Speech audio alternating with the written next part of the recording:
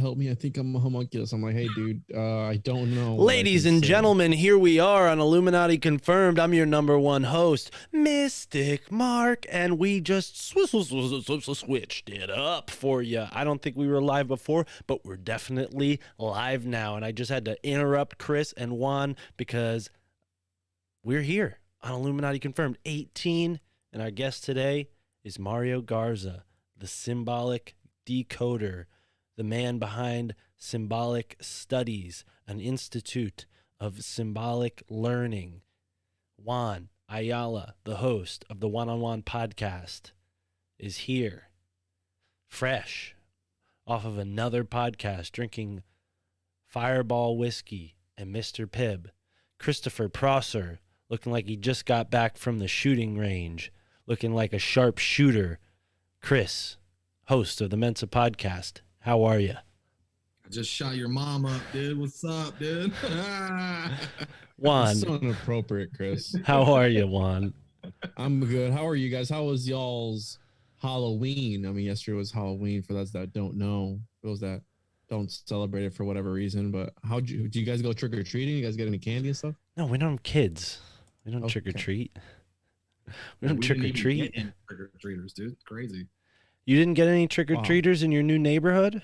Not one. Huh. Yeah, I didn't either in this new place that I moved into.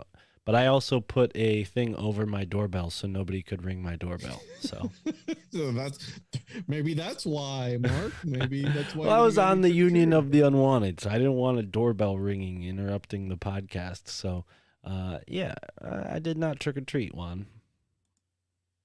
Well, I was a reptilian cultist, so I had fun with that. But it was really, really hot in that latex mask and gloves.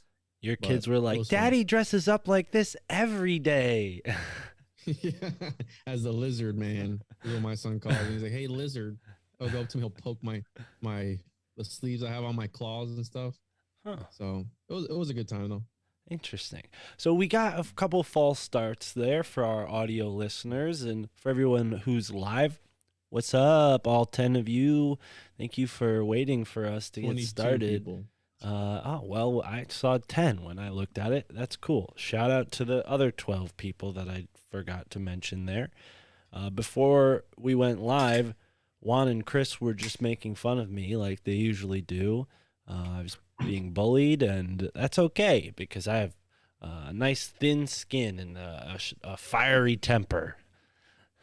So what are we going to talk about today? I listened to a few interviews that Mario has done previously, but it sounds like he is more like a jack of all trades in the sense that he could decode a lot of different symbols. Did you ask him to maybe prepare a certain set of symbols for our audience today, Juan? What's the gist?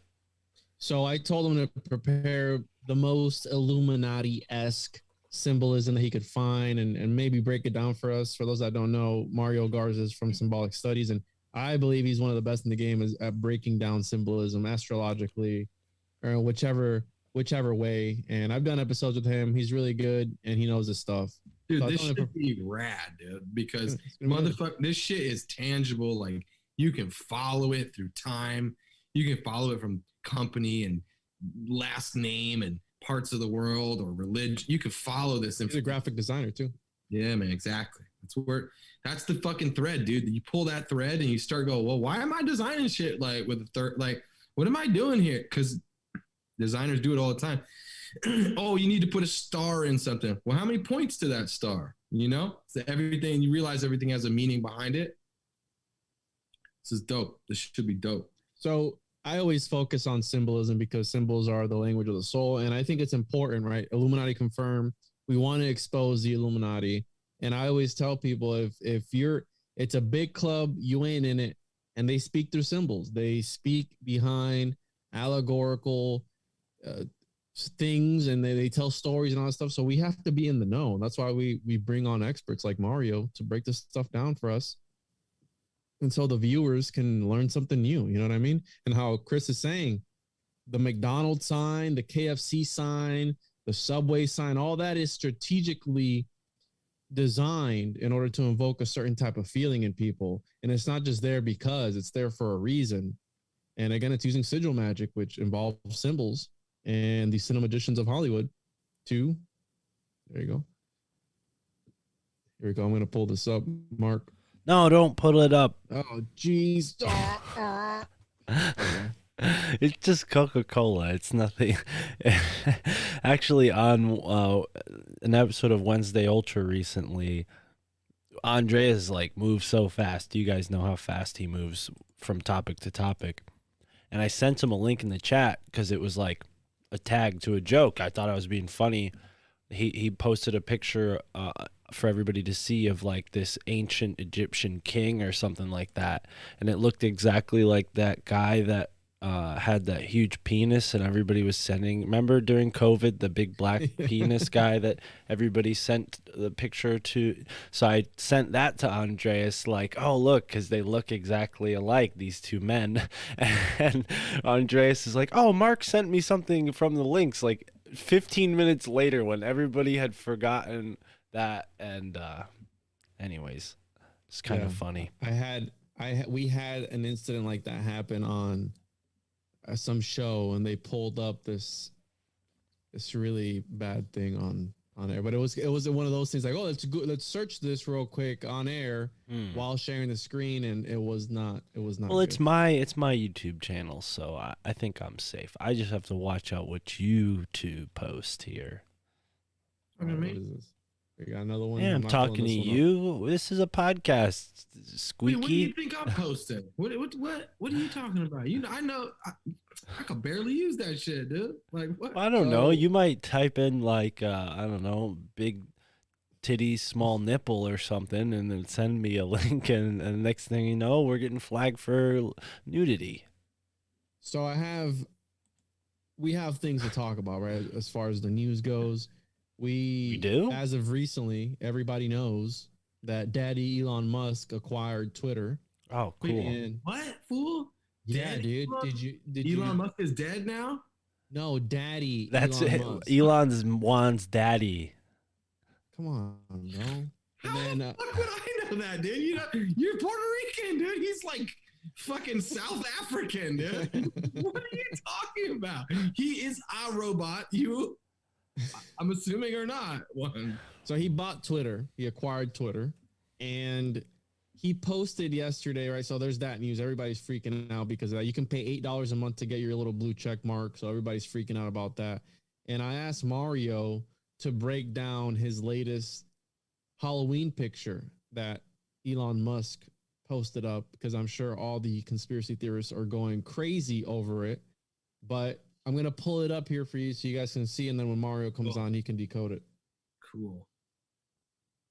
Let's see that shit, Sensei. He's just a big dick costume.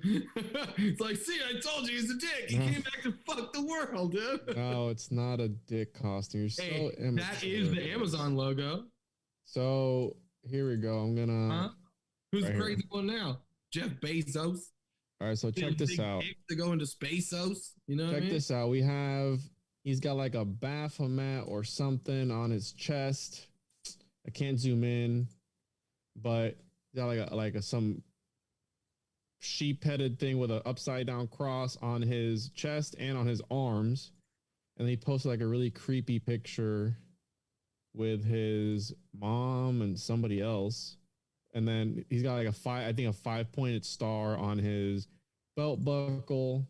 And then here he is coming out of a car.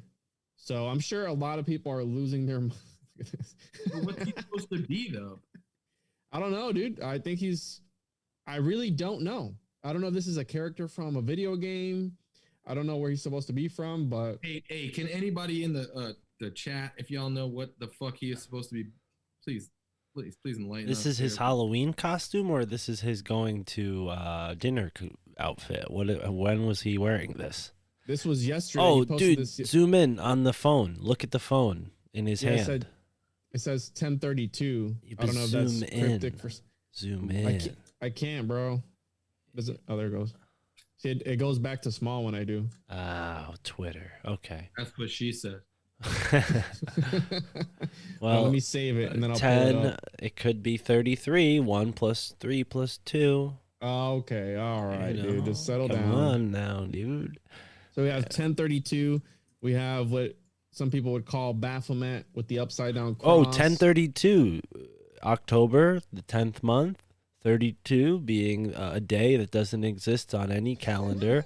Maybe he's talking about like Halloween at midnight, you know, like it technically it's November 1st, but 1032. I don't know. I don't know, bro. We'll figure it out. Mario, again, that's why I wanted to have Mario on because he knows about all this stuff. Oh, he knows the truth behind everything.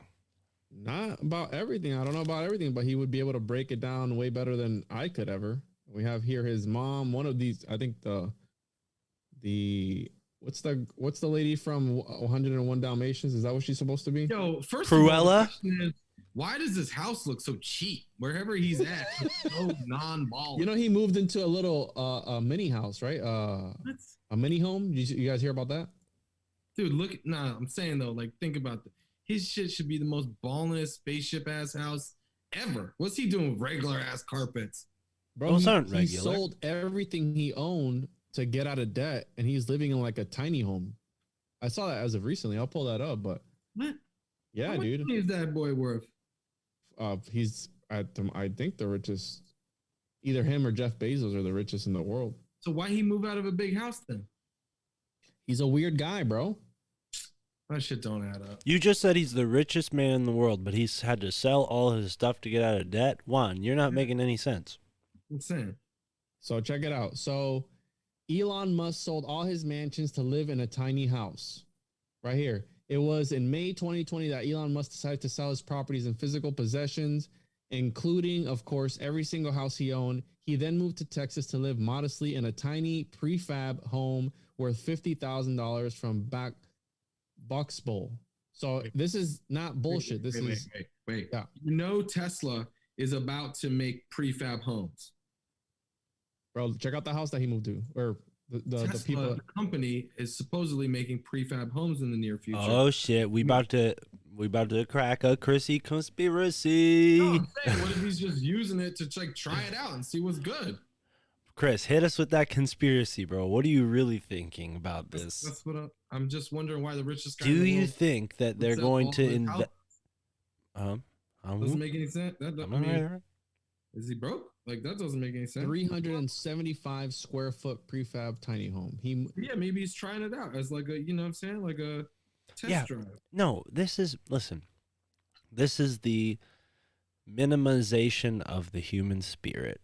Put them in an electric car so that they can only drive so far. Put them in a tiny house so that they can only get so much space, and then you can just stack everybody on top of each other. It starts like, you know, tiny house out in the middle of a nice forest or whatever, but then you get lonely and you go to your tiny house in the city, and because you're so conditioned to this tiny existence, it's okay. First of all, did you say Chrissy conspiracy earlier? Chrissy P. Fucking dick, you know that? I'm just trying to mix it up and bring some fun elements for the audience here. Don't bring that smoke, dude. I'm on the fucking beach, dude. Leave me alone, dude. You've been on the beach for at least 3 months, bro. What? Dude, it's always the same in the tropics, man. It's like the same day every day, man. Yeah, I'm hoping rainy season comes soon. So apparently they delivered one at a SpaceX's launch site for a top secret customer, and here's a picture of it. There's his phallus there. They're gonna launch his tiny house into space? Probably. It's called the casita. It was Spanish for little house. Did you giggle? Yeah. Yeah, because a bunch of like nerds in Texas are gonna be like, I moved into my casita. It's what my Tesla parks right in front of it. It's beautiful. So here we have Musk denied living in the tiny house, saying instead that he lives in a different small house in South Texas. But in July 2022, he said he owns a Boxable and uses it as a guest house. Dude, if you were worth like $1 billion or whatever, wouldn't you just keep like one house? Bro, this guy, is an eccentric guy. We don't know what they're, how I agree with what Mark is saying, like break down the spirit, break down, normalize cannibalism with all this stuff in Netflix and all this stuff, cannibalize eating the bugs, can't normalize eating the bugs, normalize the whole you will own nothing, Schwab, whatever his name was. I get it. Klaus You know what I Schwab. mean? Yeah, I get it. So you think he's doing it so that other people follow what it is that he does so that they'll do that eventually. You know how many people probably worship this guy? Like No, but I'm Twitter saying alone? that's what it is you're advocating. It's like he's like the fiddler and got all the rats following. Like that's what you're saying, right? Yeah. Okay, that's interesting. I mean, maybe he's the Lord of the Flies. How old is homie? I want to say like 50. Let's look it up. It's crazy because at some part you start thinking like these motherfuckers got to be on the back nine. How influential can they be? Like, it's interesting because like 51. We're entering a new era where it's like, people like, dude, people like a generation ago at 40 were like 75. You know what I mean? Like there's a difference. I feel like Juan, how old are you? 28. Yeah, but you're Puerto Rican, bro. So it doesn't matter. So you're just one of those people. You're gonna be 50 and you're gonna be like, this motherfucker 32. I think Chris is ageist. Yeah, I think that was a bit racist, Chris. I don't know, dude. What? Asians and black people are the most lucky because y'all don't age. Y'all don't age. It's so dope. Like I said ageist, not Asian. That's what you need to get headphones, Chris. You need to get the headphones so you Gotta can get hear us when we talk, bro. Get those shooter glasses on. It wasn't good enough to respond. You're a little older. I know you have to, catch up with the technology and stuff, dude. But I believe in you. I'm gonna send you some headphones, bro. What are you drinking? RC Cola? What? Listen to you two making horrible jokes, dude. I didn't want to acknowledge your bad joke. I wanted to keep it moving. Sorry, What is that? What is? All right. Well, I'm ageist. You're ageist. We're ageist. I'm thinking about it as people get older, though, dude. Like people used to, I swear, man, motherfuckers used to be older than they seem like now. Like, dude, my folks at 40, man, were old. I mean, they weren't, but it seemed like way. People at 40 now, though, they're golfing and shit, dude. Everybody, you know what I'm saying? No? Thanks. Leave me out. Well, when I grew up, my parents had me when they were pretty young, and when I was growing up, everybody's parents were super old compared to mine.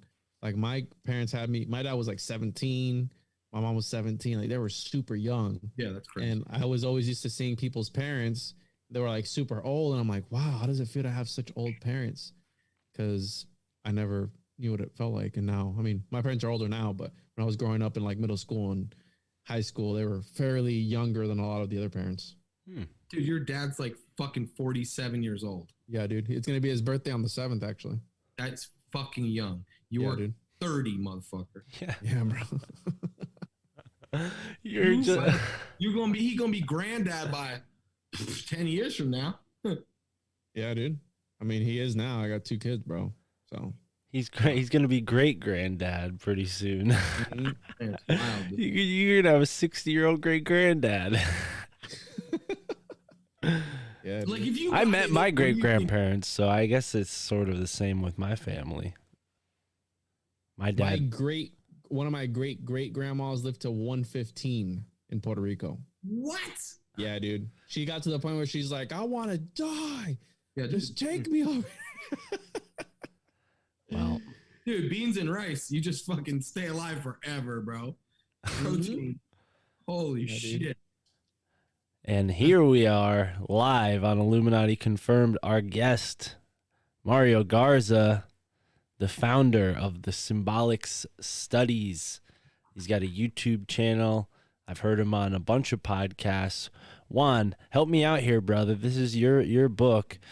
Tell us about our guest today. Hello, Mario. Welcome to the show, dude. Hey, man. Thanks for having me. Hey, Christopher. Hola. What's up, dudes? How are you? Juan. Good.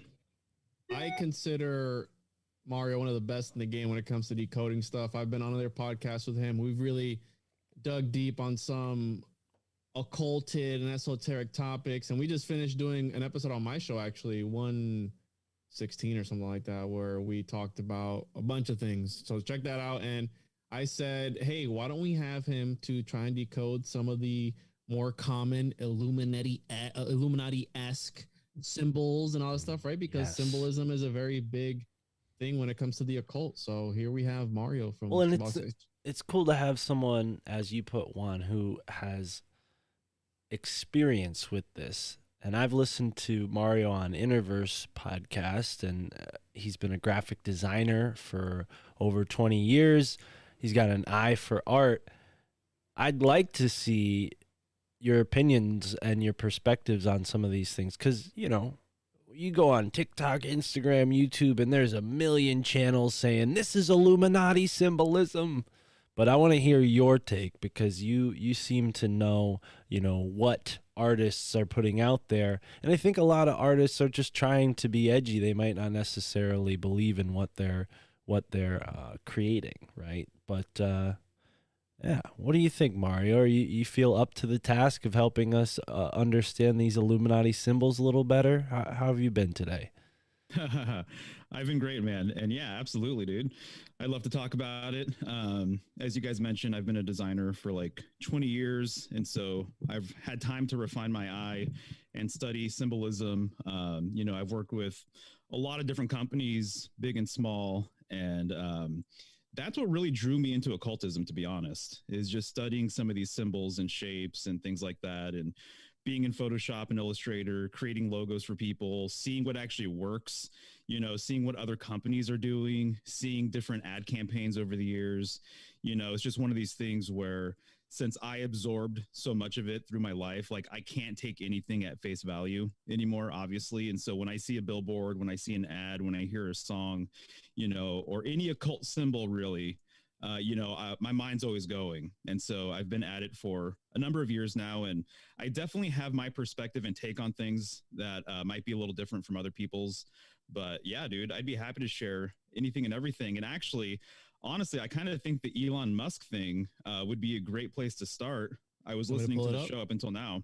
Oh, yeah, great. Please. Well, now I feel embarrassed. Juan, you shouldn't tell the guests to listen to what we're saying. I did it. Oh, bro. dude, you didn't say anything negative or whatever. All right. I'm just trying to make jokes. solid. Chris doesn't think we're funny, but yeah, let's look at this. What we obviously can kind of notice maybe like a Baphomet, devil head, goat head kind of thing going on. What do you think, Mario? Sure. You know, I'm glad, Juan, you said sheep, right? Because I think the first two things that people might assume is either that it's a goat or it's a ram. And there's actually a lot of symbolism that overlaps between the goat and the ram. So from my perspective, looking at it today, to me, there's a lot of people, when they create like a Baphomet image, they actually get the horns misinterpreted. They're not using goat horns, but they're actually using ram horns. And so to me, what I see here is that we're actually looking at probably what is more than likely a goat head, but the horns are definitely more like a ram. And I actually pulled out this book that I have. And so this is a graphic design resource for me, you know, so it's like 1,500 copyright free illustrations. I have that same exact book. That's really odd that you nice, just pulled dude. that up. Yeah, it's been really helpful for a lot of different reasons for different projects and it's stuff. a really cool book. Yeah. Mario, did you have a presentation? Do you want to pull up your screen instead? That way you can manipulate it. Yeah, I have like a loose presentation. So, but I do want to share something on my screen related to this. And so I was looking through that book, and I'm like, definitely goat horns are a bit different than ram horns. And I can see why people confuse the two. And so if you just Google image goat, you know, you're actually going to see a lot of rams when they shouldn't really be there. They're not goats, right? But to me, there's definitely this combination going on between the goat and the ram. So therefore, immediately, I think of Capricorn and I think of Aries. And Aries was the one for me that really popped out when I looked at this image, first and foremost. And so let me share my screen. And what's Elon's astrological sign? Is he? He's not. I looked that up really quick. If I'm not mistaken, I think he might be either a Gemini or a Cancer. Of course, but he's Gemini. not an Aries. And so I'm pulling up a piece right now, and it'll actually help illustrate some of what's going on in this image, because this is a piece that I created a couple years ago. And so this is my Aries print. And so what I'm doing is I study the signs during the signs themselves. So right now we're in Scorpio. I've been doing that for a number of years, and I've been creating artwork based on the signs. So this is my first piece that I created, and I have a screen print of it. It's back here, but it's Aries, right? And so notice that a lot of the symbolism is very much intact, and it's on brown because I printed it on brown paper. So I silk screened it. And so here you see a man, he has ram horns. You could see that there's a cross within this circle that's on his forehead. You could see behind that there's another cross, because Aries symbolism has a lot to do with the cross itself, and it has a lot to do with Christ being a sacrifice. There's a major sacrificial element whenever you're talking about Aries. The homunculus. Well, wouldn't Christmas take place during the sign of Capricorn and Easter take place during the sign of Aries? Am I off there? Bingo. Okay. No, you got it. Wow. Yeah, exactly. And so to me, that's all like very strategically done, and Right. for good reason, symbolically, So it's not that they just haven't seen enough rams in their life. They're purposefully, in most cases, like mixing the goat and the ram motifs. Is that what you're suggesting? I'm suggesting that arguably you can go down the Capricorn rabbit hole, which will lead you to things like, more specifically, I would say Baphomet and the devil. Like the devil card corresponds with Capricorn, which is a winter sign and everything. Or you can go down the Ram Aries rabbit hole. And I think there's a lot to pull out from that as well. But a lot of people, when they get into this line of thinking or whatever, Capricorn and Aries are kind of like opposite ends of a spectrum. And so they kind of fulfill two different roles, but they're used in many ways in like overlapping ways. So I think it's just very interesting that there is this kind of confusion. But when I first read what's on his chest plate and everything, I thought of Aries, but I do think the face looks like a goat. And so here you see kind of like symbolically a Christ-like figure, and he's holding lamb. And you made this, Mario? Throat. Yeah. Interesting. And so I slit his throat to emphasize the sacrificial nature of everything. And I had him hold his own blade, so that it's symbolic that he's doing it. No one else is doing it to him or whatever. But this is like, symbolically, this is the thing that needs to be burned in order for anything to happen. So Aries is the first sign of the zodiac, right? So the astrological year starts with Aries. And so there's this like raw, powerful energy that corresponds with Aries. And so in a way, it's almost like the sacrifice that needed to occur in order for the whole entire system to go. In order for the spark to actually become a flame, something needs to catch on fire, right? And so here you can see I put Aries symbols all over the place. So it's on the shield, right? Because Aries corresponds with Mars, so the god of war, the planet of war. So there's a lot of war symbolism that definitely aligns with Aries, right? And even Mars itself, Mar, reverse its ram, right? And so war, rams, Mars, it's all part of the same soup symbolically, right? And so this shield is very much symbolic of that war sort of element. And Elon Musk looks like in that photo that he's like preparing for battle, right? And so we're talking about Mars.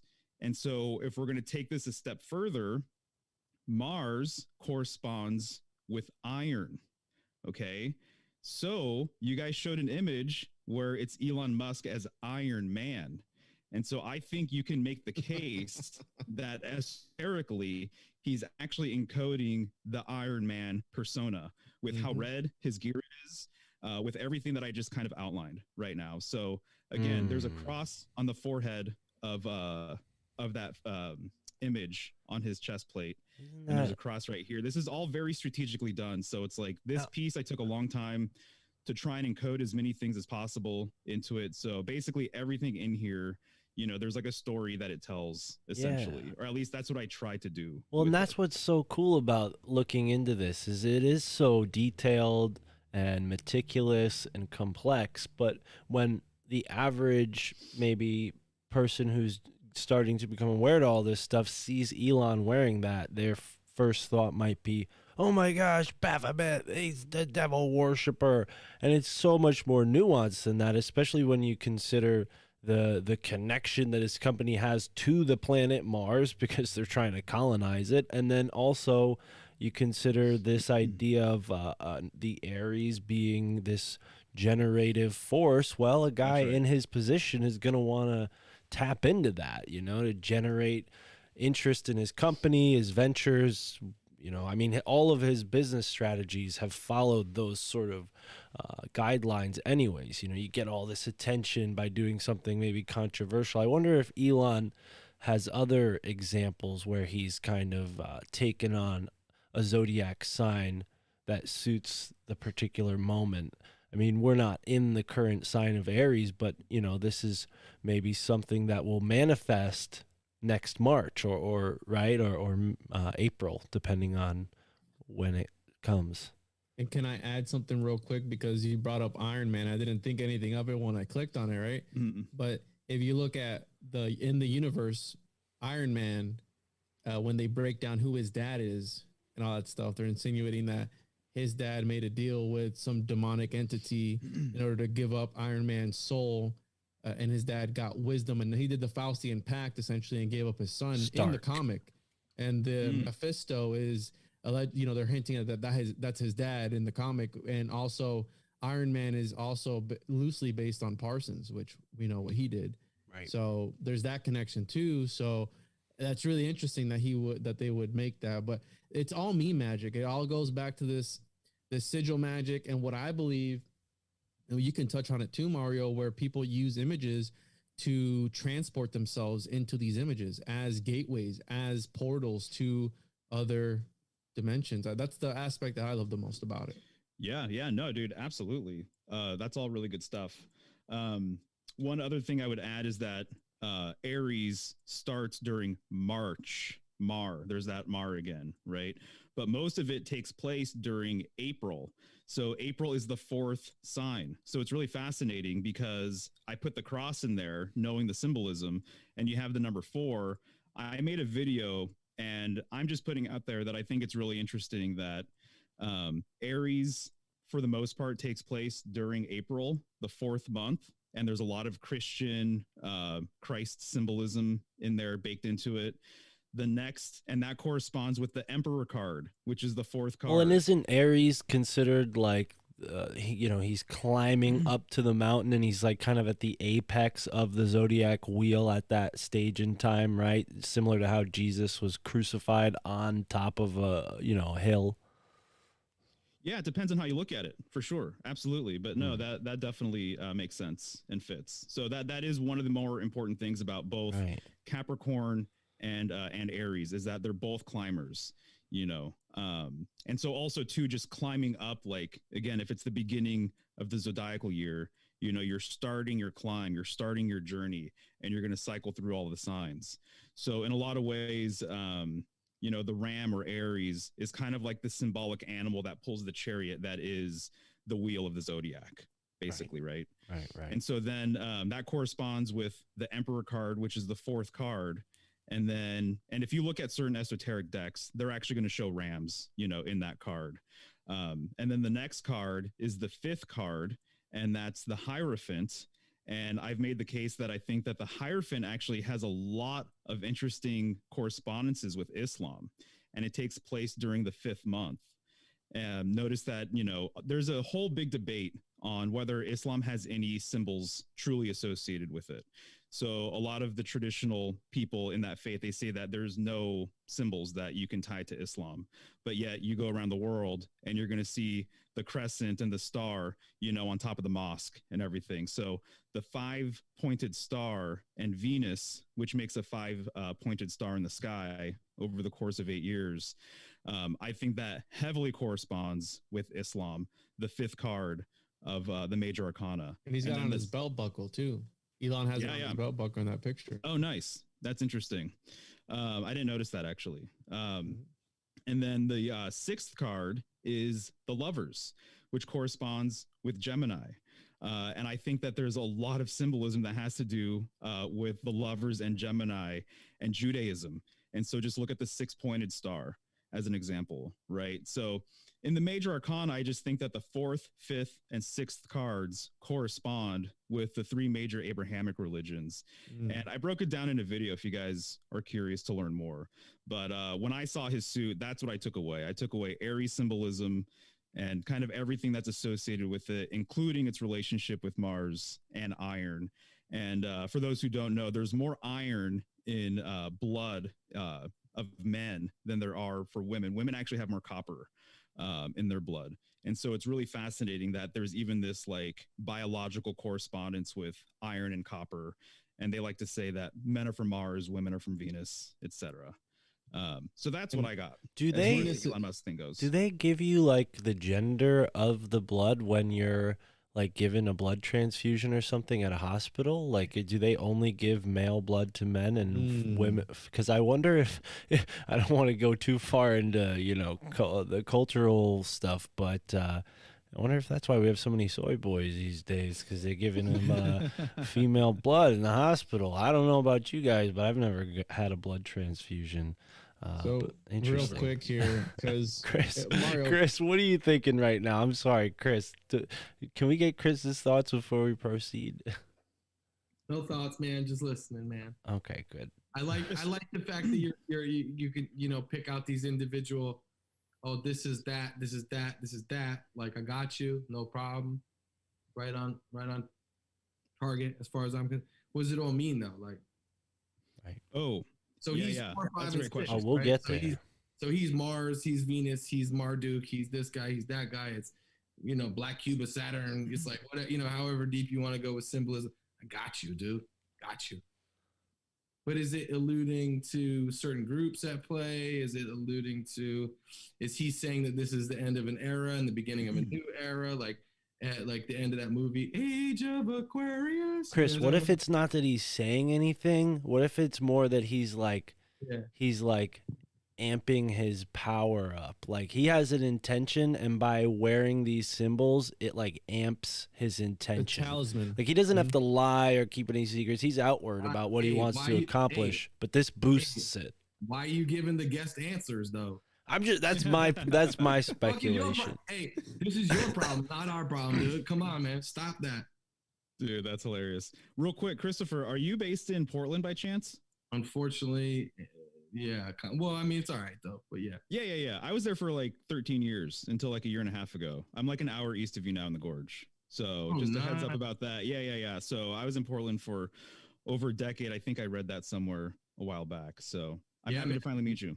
Yeah, nice to meet you too. As you know, it got weird as fuck here. Bro, I know. And then yeah, that's why we had to bounce, to be honest. Yeah, it's important, man. Here. Yep. So my personal opinion when it comes to Elon Musk, not sure exactly where you guys land on this whole issue. I don't think you can go to outer space. I don't think that it's a thing. I think that they have completely turned everything upside down on us. I think they want us to think that we've been to the moon. I think the secret space program, they want you to think that we have bases on Mars and the moon and we've gone to Saturn and it's this whole entire thing. I don't think you can actually go. So to me, in my opinion, I think Elon Musk is a construct. I think he's... All right, cut the feed, Mark. He's getting too close. I'm just kidding. I think he's promoted to keep this narrative going, you know, and so I have this old man friend. I've brought this up before on other shows, but he was like obsessed with Mars and he would talk about it all the time. He died in his 70s and he was like a conspiracy theorist guy. And he would always talk about going to Mars and colonizing Mars and going to space and everything else.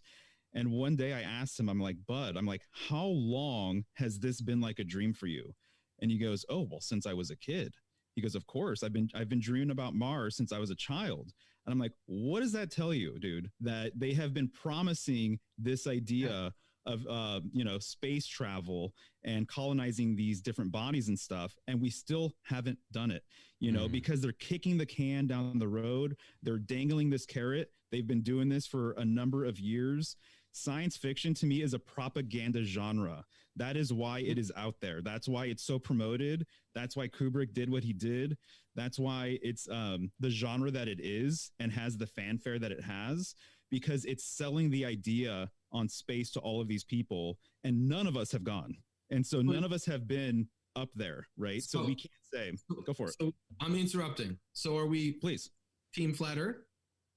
I'm team geocentrist. So I think flat Earth is definitely like a corrupted sort of term or whatever. But remember what I was describing to you and Juan Chris, the geo-heliocentric model where Mario, have you heard of the Tychos Brahe model where he talks about how the sun revolves around the Earth and all the planets revolve around the sun, but Earth doesn't move, it just orbits, it just rotates?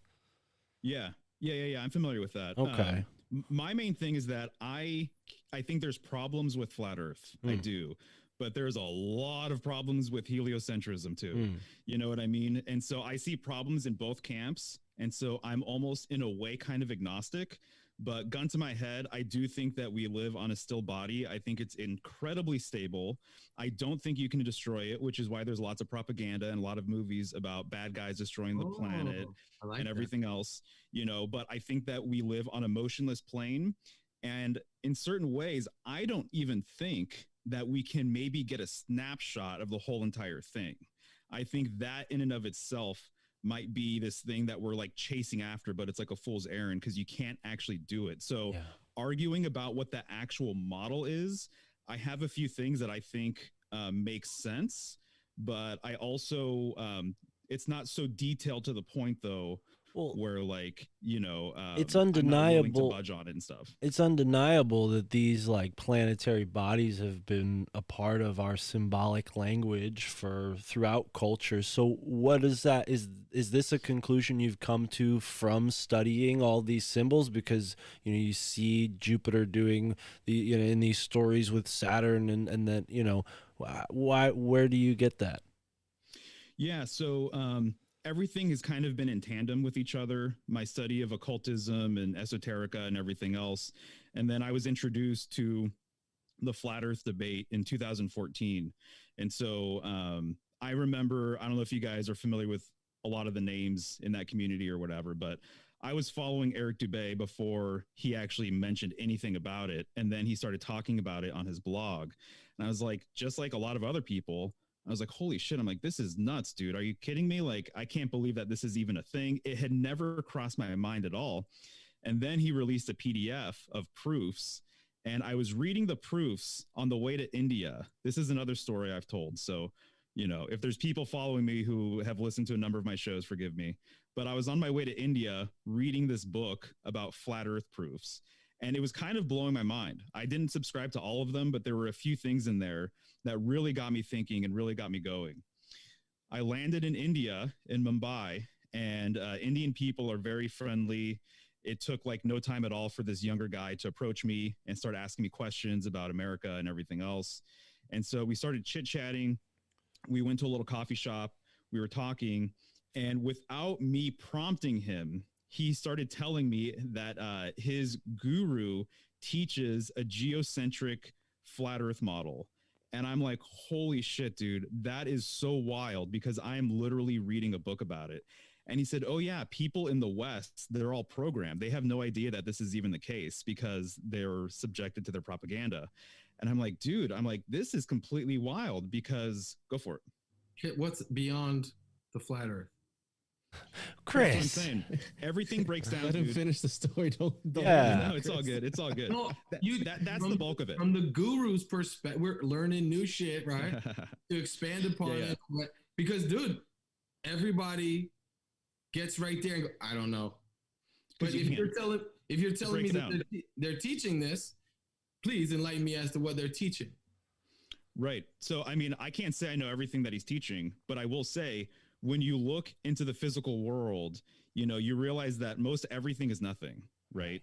And so that's what happens when you start really decoding what we actually live on, is that everything starts breaking down and you can't even go to the far edges of this place without things breaking down. So to me, I think that we might literally live in like a field or a frequency where literally the field just kind of like dissipates and turns into nothing, you know? So I can't really say, I've never been there. So I've been very careful with how I present some of this information, because I've never been to space, neither have you. We've never been to the depths of the oceans, things like that. But my hunch, just real quick, my hunch is that when you look into outer space, you are actually looking at the spirit realm, which is why in school they tell you it's rocks, they're this big, they float like this, they're this colored, gravity on it's like this. You learn about all of the numbers, and you learn about all of the scientific, facts supposedly about them all. But when you look up there, I think they've turned everything on its head. I think what you're looking at is the spirit realm. Yeah, I think we're with you. We've heard Juan. We don't want to hear that sound effect ever again. We've been there, I'm with the space is fake crowd to a certain degree. I think no, I don't think it's gay. I think it's fake. What we've been told about space is certainly fake. But what's even more curious and compelling for me, which you just hit me with, this revelation, everyone in India thinks the earth is flat. You're telling me these guys that call me up on the phone are like, please, sir, do you have time? Sir, do you have time? Can I tell you about the flat earth? They're flat earthers. No, I'm not saying they were all flat earthers. I'm saying that this one kid that I met was. Okay. But the fact that he was the one out of however many that I could have met. Hey, Mario, don't listen to these hooligans. Just giving you a hard time. Can I pull something up real quick that's related to Elon and the flat earth and the space is gay and all this shit? Yeah. So have you guys heard about this before? In 1952, Werner von Braun wrote a book called Project Mars, which in the book, there's a guy named Elon. And this is one of the covers to it. And obviously it's very similar to the ship that he made in 2019. But I think this is another aspect of this sigil magic, this where they transmute fiction into reality. Parsons was doing the same thing. They were writing stories, and what happened in the stories came true. So do you think that maybe he predicted the future by writing this book? I mean, it's 52. Would he have known that? Bro, Jules Verne's wrote a book about going to Mars in the 1880s.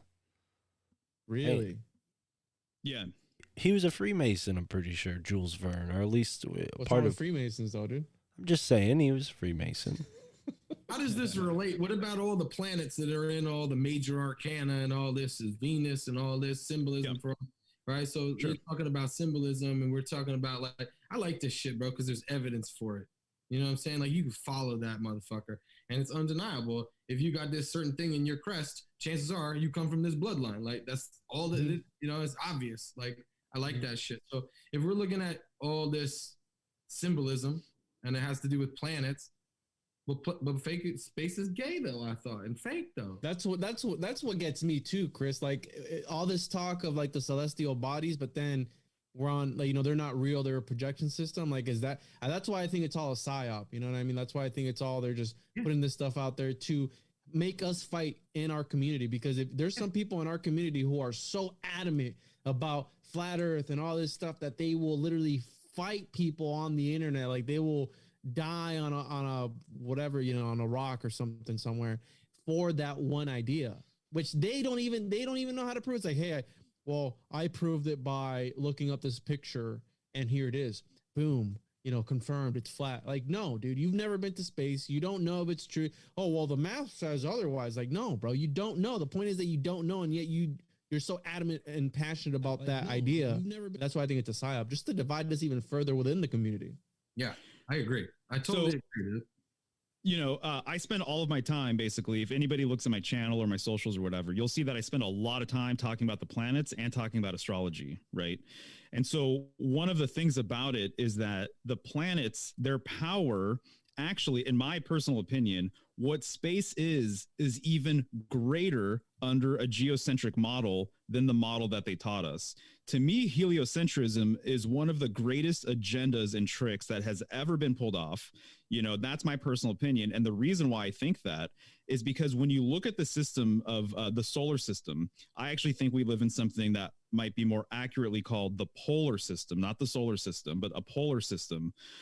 This is what a lot of ancient groups believed, and I think a lot of esoteric symbols are actually encoding this. This is this like, I'm pretty sure this is like what Tycho Brahe was talking about. I read this recently. Sure. But there is a relationship between Earth, Mars, and the sun where they're sort of all stabilizing each other, and the Earth is a stationary fixed point that everything else is orbiting around.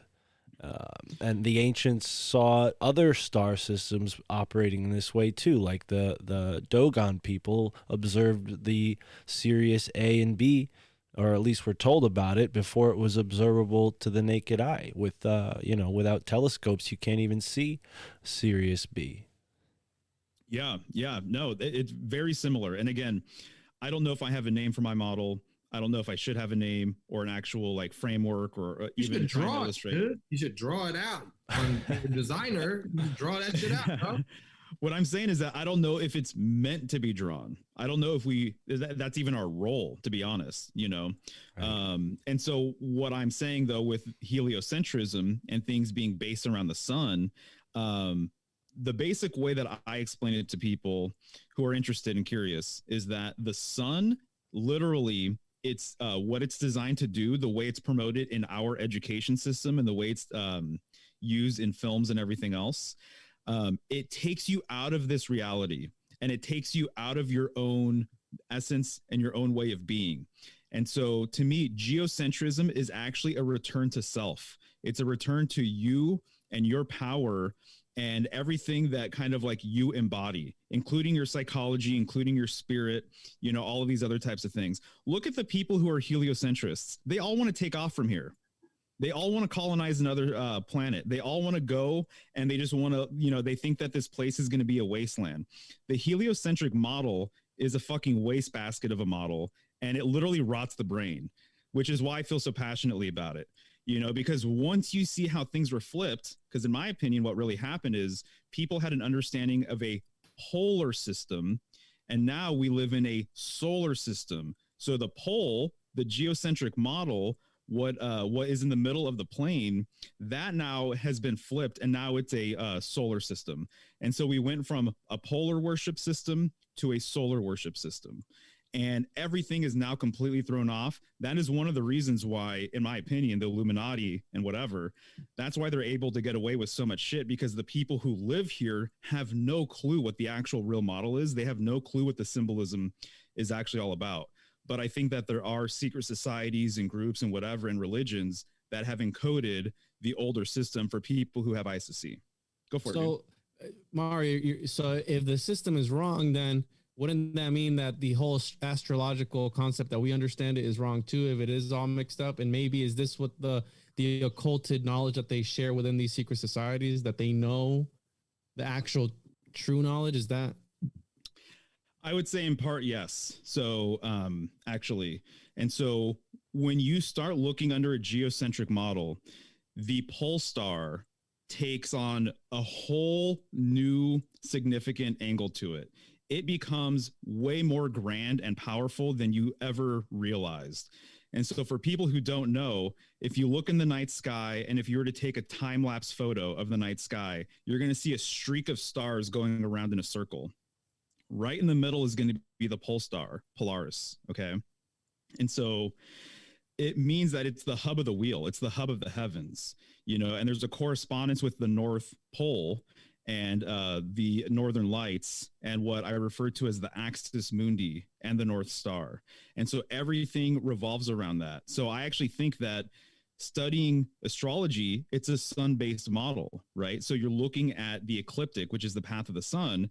That's not the only sky clock out there. My understanding is that there were other sky clocks, and the sky clock that I'm really fascinated with is the idea that Ursa Major and Minor were actually a primitive sky clock. So you're looking at Ursa Major and Minor go around Polaris, and that's how you were judging time. And these That's two the Big constellations, Dipper and Little Dipper, right? For those that don't know. You got it. Big Dipper, Little Dipper. Dude. And you were actually looking at the stars go around this point in the night sky, and it would change based on the years. Based on the seasons throughout the year. And this is kind of like swastika from. Oh, you took it right off the tip of my tongue, dude. I was just about to say that. Sit back down, Well, Mark. let me say, I found that. Listen, Mark, you ain't the teacher. I told you guys about this, right? Me and my girlfriend made a major discovery. Almost The clip. Cut it. Cut the feed. Cut it. Okay, you got me. We did discover that a few months ago, but this is not the right podcast for that. So, we were driving the whole time? we were driving down the road, and there's this huge boulder that we found, and I thought it kind of was shaped like the Big Dipper, the way it was shaped. And these ancient stone structures are aligned to the stars. So I haven't done the astronomical calculations on this particular stone structure yet, but we found it. It's not in any of the books about these stone structures. So I feel like we made a discovery. More news about that soon. Nice. Dude, there is so much esoteric information tied to the Dippers. It's completely nuts. That's where I'm at. So I knew we would get here at some point, some way, somehow. I can't not talk about it. Juan knows, you know. Yeah, I know. I see you getting excited, bro. I don't do it. But is this why I like being the little spoon? Does that have any correspondence to the astrological signs at all? No, that's because you're married to a Brazilian Yes. woman. You're also right about that, sir. Wouldn't you want to be the big spoon? I don't understand. She's tough. She's tougher than Juan. Like being I'm delicate, Chris. You know what I mean? I like to be the little dipper. Gotcha. So I'm sorry, I'm fucking with you, Mario. But yeah, I know you like dude, you're all good. Because it hints at the one thing that really makes my nipples hard in this community is the portal talk. You know, I love portal talk, and when you link the North Star to that's why it's on the UN flag, right? The lizard people, right, from the top of the North Pole, they say that's where Satan comes from and all this stuff. And when you relate that to portals and whatnot, I just can't deny a good rabbit hole. So what he's referring to is basically that, there is a real stairway to heaven, in my opinion, and it goes to the northern sky. It goes to the pole star. And so even if you look at the northern lights, this is an electromagnetic phenomenon that happens because there's an opening at the north. So a number of groups talked about there being a stairway to heaven, and it's been illustrated a bunch of different ways. It's really interesting because there are Freemasonic tracing boards that have a stairway going directly to a 7-pointed star. So when you see 7-pointed stars or 7 lights or 7 stars, a lot of people would assume that they're the 7 traditional planets or the Pleiades. My thing is that I think a lot of times actually they're referencing Ursa Major and Ursa Minor, and that they were very, very significant, these constellations, due to their relationship with the pole star, but they're also circumpolar, meaning that most of the world sees them every single night all the time. It's like 90% of the world's population can see these circumpolar constellations revolving around the pole star versus the zodiac that dips below the horizon line. So I've given presentations about many, many different aspects of pole star symbolism and everything else, but it's all over the place. It's like a hidden secret, but once you have the eyes to see it, it's not so hidden anymore, really. And I have multiple books about the power of the pole star and everything else. But long story short, a lot of groups thought of this as the gateway to heaven. Even in the Bach saga, they say that upon your last breath, your soul grows wings and flies to the north. This is like not an uncommon belief that God or the goddess or heaven or hell exists at the north. And there's a lot of occult groups that basically use this northern gateway as a portal of sorts to get to other places. And so I didn't know if I was going to be recycling some of this information because, Juan, we've talked about some of this stuff, but I have a lot of different slides about a lot of these different types of things, but I didn't know if we were going to go there or not, but this is definitely my jam. Sweet. So I got you, dude. I like Polaris, the company, right? DC shoes as a 7-pointed star, Subaru logo, 7-star. Like, I got you, right? Is it an actual ladder that just like goes up into the clouds though? Jacob's ladder, bro. Like, is it a physical ladder? Yeah. Like what? Like, all right, I hear you. I got you. I'm with you 100%. But like, let's talk about that thing that, like, is it go? Okay, go. There's a stairway to heaven. I'm with you. What is that? Well, it's funny because the way symbolism works, you're just referencing other symbols to explain one symbol, right? And so it becomes this sort of thing where it's just like, okay, so the Egyptians referred to the opening at the north as a great horn, a great horn of a great bull. Other groups have referred to it as like this staircase or ladder or whatever. Jack and the Beanstalk. I think that's a northern reference. I think you're going up that pole. This is what Mercury is all about, by the way, and this is one of the things I did want to talk about because it ties into all of this shit and more. But Mercury is like a psychopomp, right? So he's a guide of souls. So the idea is that when you take off from here, you need a guide and you need a vehicle and you need a map of where to go. These are the things that are required to get out of here. And so the guide of souls is known as a psychopomp. Mercury is heavily tied to the pole. And that's, to me, is what the caduceus is all about. He holds the caduceus, and you have the twin serpents going up that caduceus. You have that bulb on top of the caduceus. That's the North Star. We had a expert come on here about the caduceus episode or two back, and I tried to ask these same very questions, and I was looked at as scorn by my two co-hosts. Mario, so the way that Chris comes, towards these topics, he wants to know how to do this. How do you ascend that ladder? Are you able to get into a little bit what?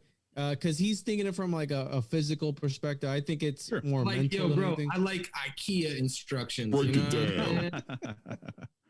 Yeah. Let me pull something up for you then that I think you would appreciate. Please. We gotta make sure that the lizards are watching, so you can't reveal any of their secrets. But let's teach Chris here how to ascend to the next dimension, if you will. Well, just to say, I've never done it, so neither have I. That's right. why I'm an armchair occultist. I like this realm. I like this dimension, so I'm staying here. I just feel like, listen, man, we could study all the tracing boards, and we can study all the Masonic aprons, and we can decode every last piece of art on every scratched into every Vatican fucking, you know what I mean? I don't know if you've ever seen that shit. It's fucking incredible. But you know what I'm saying? You can go into this as deep as you want, and I think we all clearly do, obviously.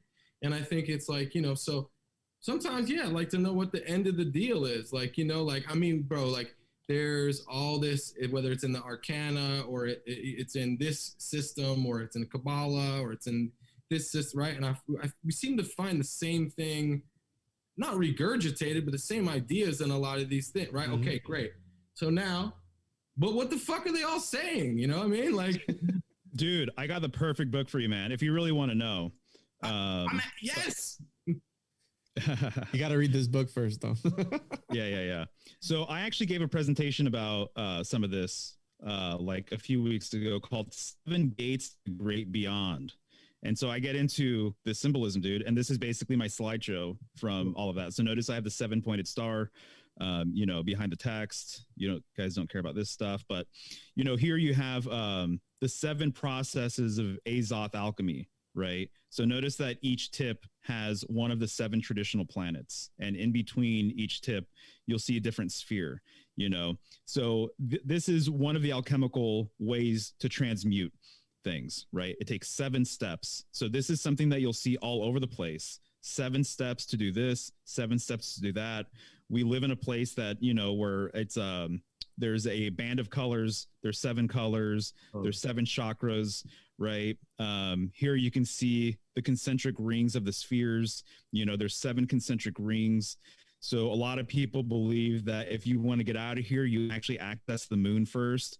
Okay, if you want to travel. So is that it? Is the end of the thing, the idea of you don't have to reincarnate and come back to this, whatever this is? Is that the idea? Well, what I'm hearing is that it's not sustainable to take off and not come back, that you're going to come back, and that you can take off for short periods of time, get whatever info you want or have whatever experience you want, but you will be coming back. And that there's a lot of groups, and this is, I'll show you the book right now, because I have it in the slides. Send me the book. I want to read it. Dude, it blew me away because it really syncretized a lot of fascinating, interesting information for me. And let me find it here. And to paint a picture for Chris, because you're talking about the next step that happens after you study this shit and you go, how do I do this? You want to step into the practicing of the occult, which obviously it's treacherous territory because you can't, you're making deals with the devil and outside entities. But I don't think so. I really don't think that's correct, dude. I'll be honest. So, I think we're practicing occultists, the four of us, on a daily, minute by minute, second by second basis, because we know all of this fucking information. And it's like a sword. How do you want to use it, right? But to what end? Rule the world like Elon Musk, bro, and just put it on your chest out there like a talisman and wear it. I think some people clearly do, you know, but those motherfuckers, it seems like, got to reincarnate back to this prison planet. But look how empty they look, bro. Look at a picture of John D. Rockefeller. Look how empty he looks. You know, these people gave up their souls for what in exchange? For the gold, right? The leprechaun, the gold at the end of the rainbow. And to add on to what we were talking about here, a lot of alchemists also use these exact pictures as mandalas for their consciousness to transcend the dimensions, and they're actually in the picture doing what, you know, transcending this reality, because they use sigils as a way to transport your consciousness to another dimension. So it's they're just drawing out their own dream board, dude. I get you, dude. Well, it's a Masonic, yeah, exactly. It's a Masonic tracing board. So it's not just, yeah, you can physically go there. I'm sure there's a way to do that, but it's all mental. Like they're letting their mind wander through these, and that's why the pictures are almost similar in the similar symbology, because it's a mandala. It's a sigil. You meditate on it, and you're able to, again, go into a state of transcendental meditation and all this stuff like that. You know what I mean? That's why Lamb, the cult of Lamb, they would use the Crowley lamb that they use as a way to get into his head. And there's a way where they say you can get into his head and, you know, fuse together with him and like ooze out of his head. Some crazy shit, bro. But it's all there. Stairway to Heaven. All right. Yeah. Stairway to Heaven by Peter Levenda. So Chinese alchemists, Jewish Kabbalists, and the art of spiritual transformation. So he goes through multiple ascension texts where different groups talk about how to ascend. And dude, it's crazy because it all involves the number 7, and it all involves Ursa Major and the pole star. And so this book is wild. If you're interested in this information, and literally in his introduction right here, he has the Big Dipper in proximity to the pole star, because in my opinion, the pole star symbolically represents the preeminent gateway that a lot of groups are familiar with. Meanwhile, in the New Age community and all over the place, they're pointing you over here and over there and this constellation and that star and everything else. But the main one, in my opinion, that people have been talking about for a very, very long time exists at the north. And just to kind of show you another way of looking at things, so this is a book that I've talked to Juan about. It's called The Gates of the Necronomicon by Simon. It's really wild because there are people who are doing Lovecraftian magic, and they were corresponding the mythos of Lovecraft and basically using it to ascend in conjunction with Ursa Major and the pole star. So here on The Gates of the Necronomicon by Simon, you see these 7 stars. This is Ursa Major, right? And so here in this book, this is called The Pace of You. In the East, at least with this one group, they corresponded the 7 traditional planets with the 7 stars of Ursa Major. And they believe that you can go through this ritual walking called the Pace of You to get out of here. But you start right here with the first star, which corresponds with the moon. You go through this walking, and then you end up at the Saturnian gate, or what they refer to as the celestial gate. And so this is a whole tradition, dude. There's legs to this. This isn't just like random or new or whatever. I've seen stone rose in shapes like this, because one of the explanations for the stone rose in New England is that they were used for farming. But when you see one that isn't a square, you have to wonder, like, why would they make that? And then when you see one that looks like the Big Dipper, you're like, oh, it's a freaking constellation. And now this is making a lot of sense. This is adding up. You see here, this is Mithras slaying the bull. I'm sure you guys are familiar with this imagery, at least to some degree. Notice that there's 7 stars within the cape of Mithras. This is a reference to Ursa Major, you know, but a layman's person is going to think that these are just the 7 traditional planets, but there's a correspondence with that. Now, why wouldn't they, make the shape in that case with the cape? Is that just artistic choice, or why wouldn't they? Yeah, why wouldn't they just make them in the shape of the constellation? Because I think that it's on one level, it doesn't even matter what the shape is. So I have other examples on my computer with a Japanese warrior, and he is a North Star warrior. He is openly, publicly in the history books a North Star deity. And so when they show him, there's this big white sphere behind him, and most people would think that's the sun, but it's actually the pole star. And a lot of times he's associated with 7 dots. And what I was reading about that deity is that when you see 7 dots, it is a reference to Ursa Major, regardless of how it's orientated, regardless of how it's actually laid out. And so they would use artistic license to put the dots in different shapes, but the reference is still the same. So in a way, I think it's kind of obfuscating it from normal folk who might see something else instead of what their actual intention was. Could I take a guess at one of these on your list here? So I'm guessing all of these have to do with 7, right? So so 7 hills or mounds. Would that be a Cincinnati? Is that like where the word Cincinnati comes from? Because I've heard Ross Ben talk about in Rome that Cincinnati was a city with 7 hills. This is classic. This is actually, you can find examples of that all over the world. Wow. Is that Rome is the same thing. Is that the 7 hills of Rome. And so a lot of places that people consider to be like the beginning point of civilization or of man has that correspondence tied to it. Wow. And so there's a debate, right, where like the first civilization came from, and there's different opinions about that. I really liked your conversation, dude, with Dr. Longo, and he has his perspective about Florida, right, kind of being Atlantis, you know, same idea.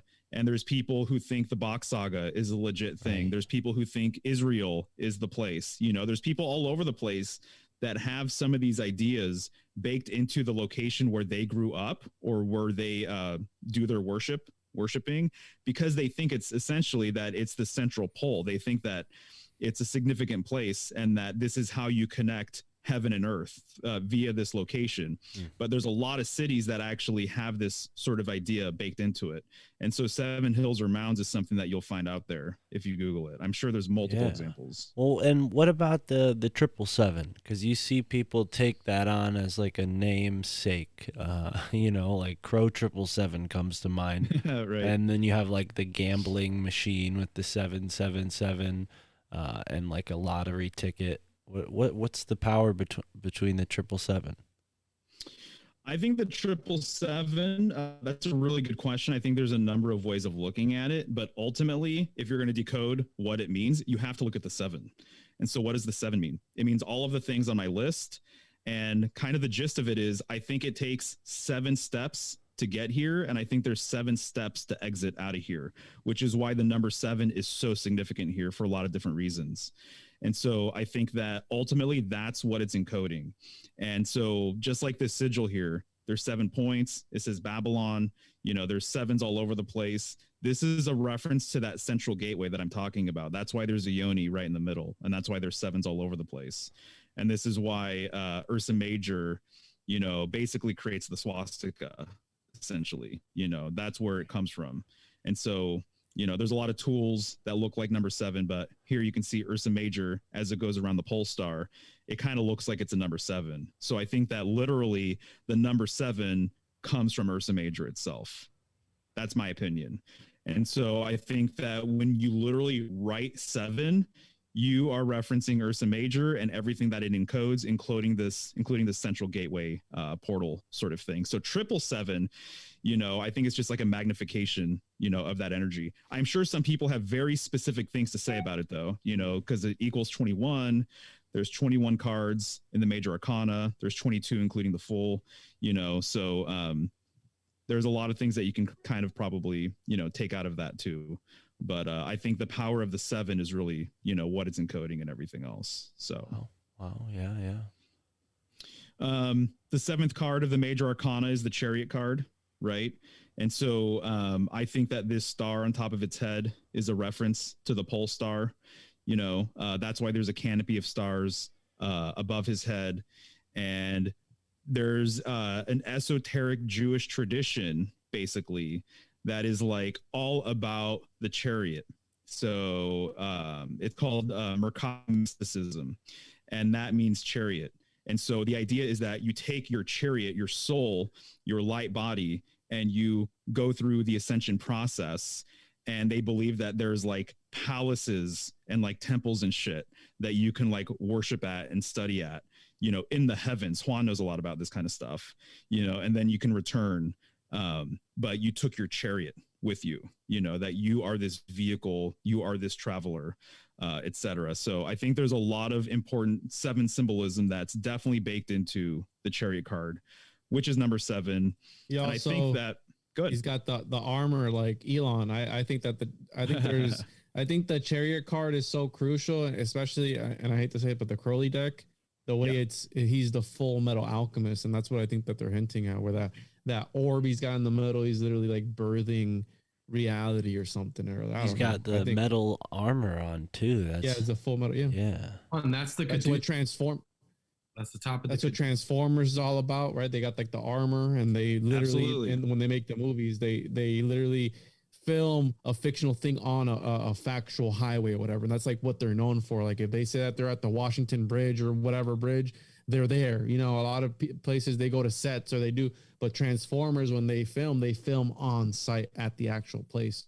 So again, I think it's they're mirroring realities and transmuting fiction into reality. I fucking love that type of interdimensional talk. Yeah, dude. No, you're spot on with that for sure. And just because I have it open, you know, I really think that's what the G is all about. It's about 7 because it's the 7th letter of the alphabet. So it's what merges and ties together. It both separates and binds heaven and earth, you know. So you've got the compass up top, symbolic of heaven, and then you got the square down below, symbolic of earth, and you've got the G right there in the center, which is the 7th letter of the alphabet. So I think ultimately it's at the very least encoding that as well on top of a lot of other things. You know, that's how I tend to see it personally. That's why the G spot is so hard to find, right? Anybody else find it odd that Chris left when we put that particular symbol on the screen? Mario, put the G back up just for a second. Let that soak in. Sure.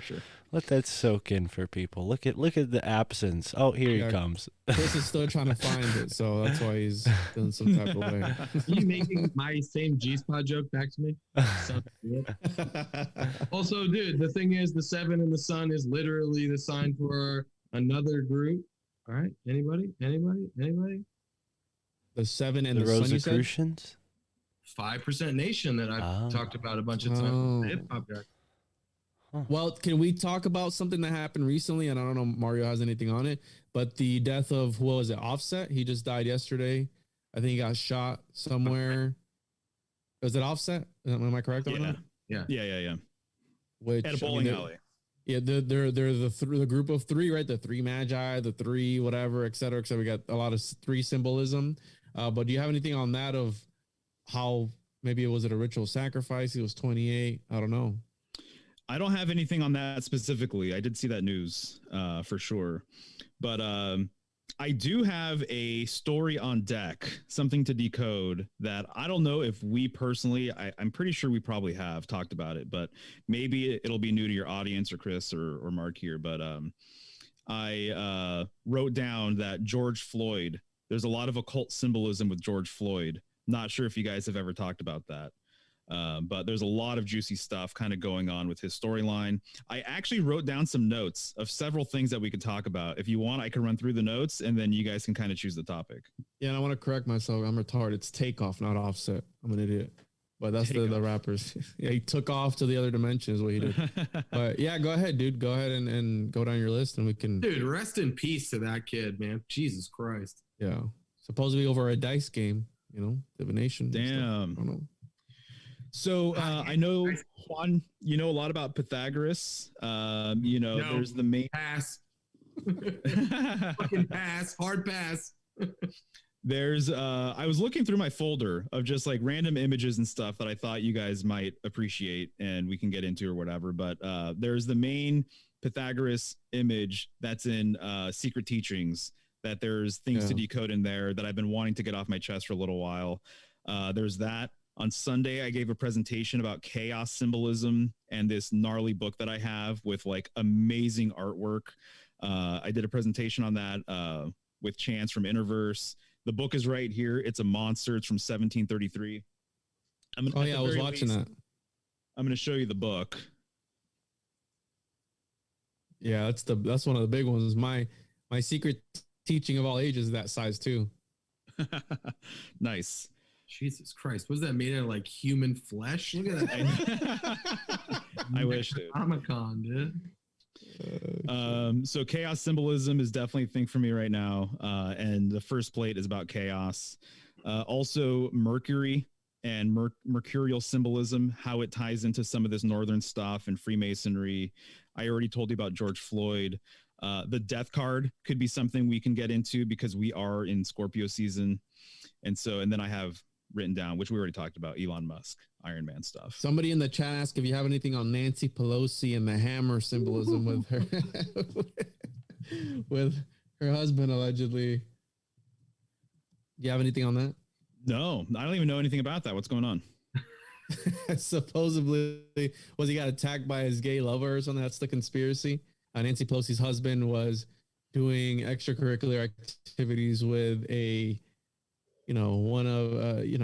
homosexual or whatever, a gay or something, and he got allegedly. Yeah, dude. Wow. Allegedly, I don't know. And he got attacked by a hammer or something, or he's gonna get attacked by a hammer. Is that dick called the hammer? Or we got Thor's hammer. It was elderly abuse, okay? An elderly politician's husband was assaulted, Mario, okay? That's what happened. Gotcha, Don't listen to this huckster. He ain't a fucking politician. He just married one. That's what I said. I said an elderly politician's husband. He ain't shit. Got assaulted. Listen with your ears. As the elderly member of this podcast, you should be tuned in. You should be listening. Listen, I got my gay lover's jizz in my ears. I can't hear shit, dude. All right. Oh, that's why you moved neighborhoods. That makes sense. Yeah. That's why you moved into the new neighborhood where there aren't any trick or treaters, huh? Yeah. They don't have any kids. That's why it's all gay couples. That's a thinker. Anyways, let's get away from the controversial topics, Juan. You had something so mean, by the way. Who brought that up, Chris or Juan? We had a different direction we were going in. Nancy Pelosi, the chat did. Don't blame me, bro. Oh, the chat. Hi, chat. Blame the shout chat. Out to hit the thumbs up, share with your mom, your grandma, everybody. Well, I sent some. Speaking of the chat, I sent some links in the chat for Juan to open up at some point during this podcast. So, Juan, can you open up those links, and we'll have our friend Mario here decode some of these symbols, unless Mario has something that he had prepared that he was. I don't know. I don't want to interrupt. I mean, I'm down to do whatever. Cool. So I'm having a good time regardless. So yeah, show me stuff. We'll talk about it. Juan, all right, so hit the link. I'm gonna show you the first one here. It's all sigil magic, but what are we looking at? What is this supposed to invoke? No, not that one. The one with the splashes. Yeah, I don't know. You just we're near it, next to the classic one. Yeah, this one. Yeah, they changed their logos up over the past 5 years. What is this up? What is this about? You have? Yeah, lately they've been doing like this kind of thing where it's like a weird collage of colors instead of just the classic red. Their logo is a word mark. It's like that's their logo. So it's always the same, except maybe Mario has a thought about it. I don't know. Specifically the blood.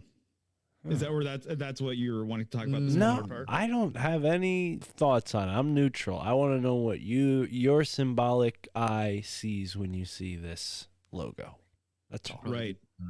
You know, I mean, with this one specifically, because it's written or whatever, I mean, just from like a branding perspective and stuff, it's obvious that they're trying to like evoke this old time equality and tradition and everything else. And so I think it's just kind of more of them just being like a throwback sort of brand that's trying to, you know, obviously stay relevant and everything else.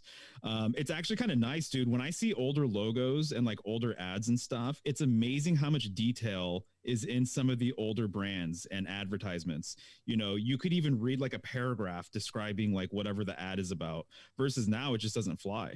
You know, everything has to be really, really simple and everything has to be like straight to the point. because people's attention spans are just like diminishing, right? Because people don't even know how to write cursive anymore either, So as far as esoteric stuff related to Coca-Cola, I personally don't see too much going on that end, but that's just me. If you guys have anything to say about this. Coca-Cola CC 33. So that's true. Hold on, Juan. Look at this meme you just pulled up, Juan. What was going on in the 80s? That was not their logo in the 80s. I don't know, dude. It says Coca-Cola logo evolution. It says Coke. It doesn't. It says Coke with a K. It doesn't say. Anyways, whatever. All right, hit him with the next one, okay? You got a bunch of corporate signs. I thought he was gonna tell us that the C is like a fork tongue, lizard tongue. I don't know. Hit him with the next one. Maybe there's something in the next one. All right, got the Marlboro here. Some of the oldest sigils. Nice. We can take that logo apart. Is there anything on that? Yeah, there is. So if you want to zoom in on it, that'd be awesome. If it's possible. Let me open it up here. Here we go. Oh, dude, that's like a unicorn and like a griffin.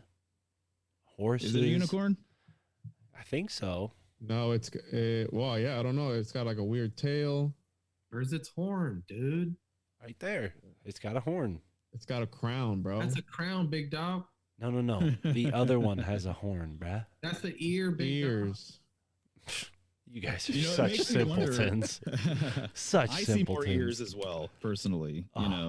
But it does remind me of the the royal insignia of the royal family over in England, but theirs is a lion and a unicorn for sure. Okay. And you'll notice that the unicorn is always chained, which I think is really fascinating. And I know we're not talking about the unicorn and the lion right here, but there's a lot of esoteric stuff with that symbol. A lot of people correspond the unicorn with Cancer, and then Leo, the lion, is, the next sign. So Cancer and Leo. And so there's a lot of things kind of at play here with that. But here, having two horses and stuff, I think that the horse is a psychopomp symbol. So that's kind of my thing. So whether it's the horse or the boat or the chariots, I think all of those symbols are part of the transition to the other side. Right. And so I think that they've been used as such, like over the ages. So when I see the horse, that's what I think of. I think of the journey to the other side, and so there's a very there's a spiritual traveling aspect to the horse that I think is really beautiful, actually. And then horses obviously pull chariots as well. So, but I think that's all part of the same lineage, the horse, the boat, the chariot. Very similar, but yeah, they're definitely going for the royal sort of vibe here. Now, has anyone I see the two pillars immediately as soon as I saw that, the two pillars and what that's like a gateway? There's like a symbolic gateway. Has anyone else looked at it and thought like blood red sky, glowing white pyramid? Like, look at the box. Yeah, it's like the two pillars are situated directly under the apex of the pyramid too. And then gold. They got the gold in there in the little egg. They got the egg here. Yeah. Got and I was kind of facetious about being naive. I actually read that it's a lion and a unicorn. I just didn't want to be a know-it-all. It is a lion and a unicorn. Yeah. Where's its horn at? Well, I guess not every. I think the package logos evolved. Like maybe the original one was more detailed, and then they've evolved it down to be less detailed. But yeah, that's what I read. So. I'm testing you a little bit, Mario, but good. I'll admit it. So did Juan, you were referring to the pillars with the horses and then the L and the B? Yeah, well the horses can also be how you said the psychopomp, and they're pulling the chariot, which the chariot I think is the manifester of reality. And then I since I love portals, I'm always looking out for that, the 101, the portal opener, the other dimension, right? And I mean, it's smack dab in the middle of the pyramid here, if you will, right? The triangle. The Freemasonic apron also is upside down. You have the Freemasonic apron. If you connect this triangle here and you flip it upside down, and that's got to do it again with Pythagoreanism and all that stuff. So it's all encoded in there, literally. And one of the most powerful things that there is, which is tobacco and the industry of tobacco. What better way than to capture people by literally putting sigils and capture, addiction, right? We're talking about the archons, the 7 deadly sins. Well, sloth, greed, lust, all these things are related to this. One of the things that the Gnostics talked about is, in order to transcend, because we're talking about ascension and transcending, is you needed to overcome every single celestial sphere was a different dimension. And you needed to know the demon's name. But if you succumb to one like lust or the sloth or greed or whatever it was, you were brought back down into samsara or reincarnation, and you would be, eternally cursed to redo the whole cycle all over again. And what a better thing than cigarettes, right? That get people addicted, get people attached to this material realm. And, it's an addiction. People, they die literally, and they get lung cancer or whatever. And it's a really ugly thing. So, so awesome stuff, dude. And I have a few new thoughts now. So basically, what I'm kind of picking up now with everything is absolutely the 2 horses. Whenever you see 2 energies come together, there is a natural gateway that forms. This is why the Gemini twins are what they are, and that's why the symbol for Gemini, literally, it's the twin pillars, basically. And so the gateway symbol is receptive. It's more like a yoni, right? The thing that passes through the gateway is more phallic. It's more like a lingam, And so it's really interesting that we have the L and the B creating a symbolic gateway. And then just like the twin pillars, right? And then you have the horses creating a symbolic gateway, also implying traveling. And so they're kind of promising you this transcendent sort of experience, right? This via smoking the cigarette. And then you pull out the cigarette itself, and it's a little phallus, it's a little pole. And so poles and holes, that's the other thing that I emphasize, is that where there's a pole, there's a hole. They seek each other. Exactly right. Just like that illustration. Dude, that is a great name for a strip club. I agree. So, I thought the same thing. Speaking of Musk earlier, right, with the ram's head or the goat's head or whatever, and then we're talking about the phallus, right, and that ring, the whatever, the whole poles and holes right here. I mean, this is again the Crowley deck. Yeah, totally. Exactly. And you're absolutely right, dude. Do you guys ever think though, man, I've been a graphic designer for, I don't know, better part of 20 years, right? And sometimes shit just looks good together. And then sometimes you'll notice that there's also like waves in society. Like right now, like there's a certain type of rap, and in 5 years, it'll be a different kind. So the same thing applies for fashion. So the same thing applies for logos. So it's like, this is an old company. A lot of companies back in the day, they got like Latin, sayings. They all had their own little Latin saying right? So maybe you ever think it was just kind of like, and like, I'm not trying to be a wet blanket, but maybe it's aesthetics. Yeah, maybe it just worked. Maybe it just, and trust me, like, I know a tattoo artist that worked dicks into like, cougar faces. And like, I understand there's the Disney movies with Johnson's on the cover and all that. You know what I mean? I got you. But like, sometimes the shit just looks good too. I agree. Yeah. No, I hear you loud and clear. And actually, to be honest, I think I went through this whole trajectory where I was all about, thinking everything's esoteric and this crazy thing and whatever. And then I kind of chilled out a little bit and I kind of now have a similar opinion where I'm like, some of this stuff is just literally, it just looks good. It's somebody like me or you designing it for a business. You know what I mean? Look at Ferrari. You could be like, oh my God, it's a shield. They're warriors. Oh my God, it's a black horse. That means they're transitioning to the next dimension via the Saturn. Like, I get it. But also, maybe a black stallion is just fucking badass. Yeah. Well, the wild thing is, it really truly is both. You know what I mean? It can be both. And so there are times where you could overestimate maybe the symbolic value of something. And then there are times where you can completely underestimate it too. And I'm guilty of doing both at different times. And there's also the aspect of people unknowingly carrying on the symbolism by design, by the history, by what Chris is saying, where it's like the guy who designed it that one day didn't have any occult intentions with it or esoteric stuff, but the guys before him, maybe, you know what I mean? And it's everything that you think it means and more because you weren't the original designer of the X symbol. You know what I mean? Which brings us to our next one, Exxon. I mean, X marks the spot. I don't know if you have anything on this. That T? You know about that T. Oh yeah, the what's it? The cross of Is it? It's not the cross of It's Lorraine. the exactly, but Templar it kinda looks cross. like it. The Templar cross. There you go. Yeah, but I was hoping Mario would have that one. Sorry. What do you see in this one, Mario? Because symbols are not one note. There's bound to be other things we can get from that. We were talking about crosses definitely. earlier. I mean, I think it's interesting that you got the X and the O next to each other. So the cross or the X and the zero or the circle, they're almost like two sides of a spectrum, I guess you can say, in a lot of ways. And so X on, definitely reminds me of X and what that represents, like something being canceled out or deleted, and then on. So you almost have kind of like this pairing phonetically of these two things that are off and then on right next to each other. So I feel like there's kind of this natural duality, polarity sort of thing going on with that. And they have changed it over time. Now they spell it out where it's EXXON, like furthering that polarity. Yeah, at least the ones in Connecticut, the Exxon Mobil's in Connecticut look like that. But,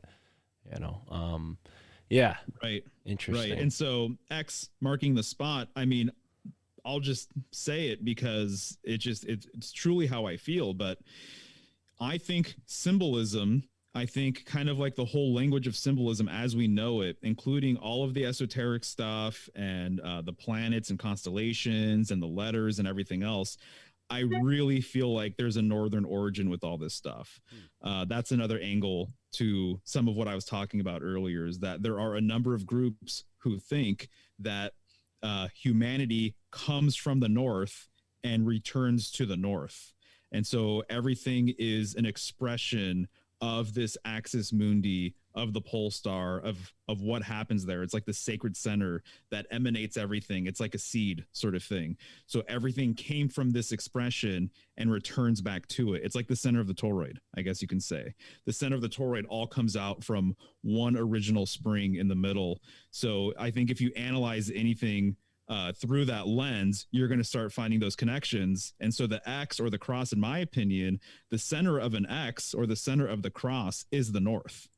That's what I think. That's what it ultimately represents. So it's a northern symbol. It's a northern reference. Wow. And then we have obviously on the topic of crosses. Yeah. We kind of have sort of a Daddy Elon's logo here. You have anything on that? Right. It looks obviously phallic. It looks penetrative. Notice that the energy is moving downward. So there is this connection to the earth, actually, that I feel like is being emphasized. And so even when you look at like an upside down pentacle, right, the pentagram, the tip is going towards the bottom. And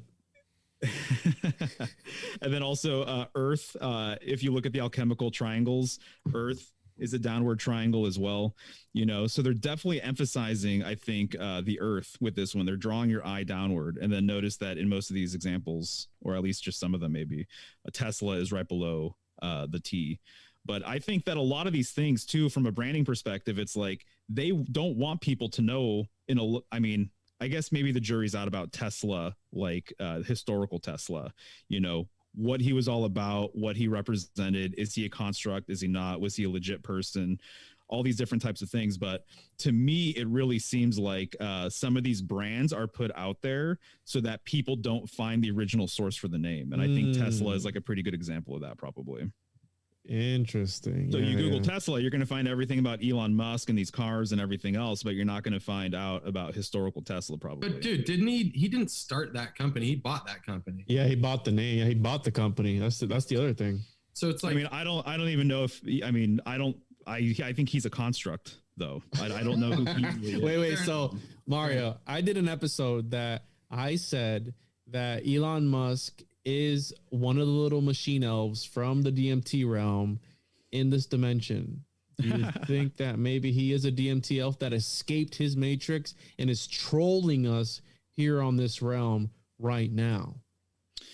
My hunch, I don't know about the DMT elf sort of thing. That's interesting. I would listen to whatever episode you have about that. But to me, when I think of Elon Musk, I think that he's buying his own shit. And I think that he thinks that he's as precious and as smart as people say that he is. But I think that he's being handled in some way, shape, or form, basically. Yeah. He's just another puppet, another empty vessel, if you will, for these elites to play their little game of chess, right? The original intention behind the game of chess was to what?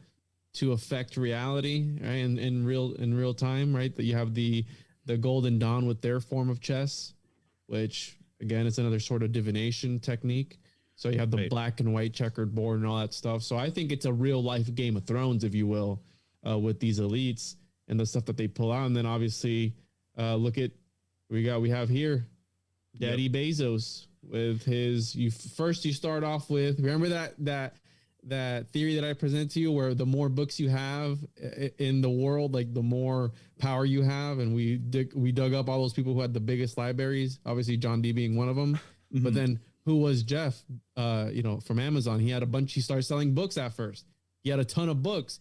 And essentially, if you look at it, he does have the biggest collection of books in the world right now because Amazon still does sell books. So something about those books. Well, what about definitely the dropship method? And he doesn't have any of those books. Or that, Chris. It's all so simple until you think about it. Yes, you're absolutely right, bro. So just real quick about Tesla. That logo, by the way. The Tau cross. I think that's important. And just the every single letter, by the way, just like as you mentioned, Coca-Cola 33, as I said earlier, G number 7, every single letter is its own rabbit hole, and so you can probably write a whole book on every letter esoterically. I have a book called Magical Alphabets. This guy gets into a lot of really cool esoteric stuff with a lot of world alphabets, and he breaks down every single letter. This guy's name is Nigel Pennick, for anyone who's curious. But the T definitely has its own weave and has its own history, and it includes the Tau cross. So the T is very much related to the cross, and Tau or Tav, corresponds with the world card. It's the last card of the major arcana. There you go. And so there's a lot of things you can get into with Tau, and it's even a mathematical function as well. Some people actually prefer Tau over pi. They think pi is a little redundant and we should be using Tau, which I think is kind of interesting. And so, and then from there, you can just kind of continue pulling at things. But definitely the power of the T is a thing.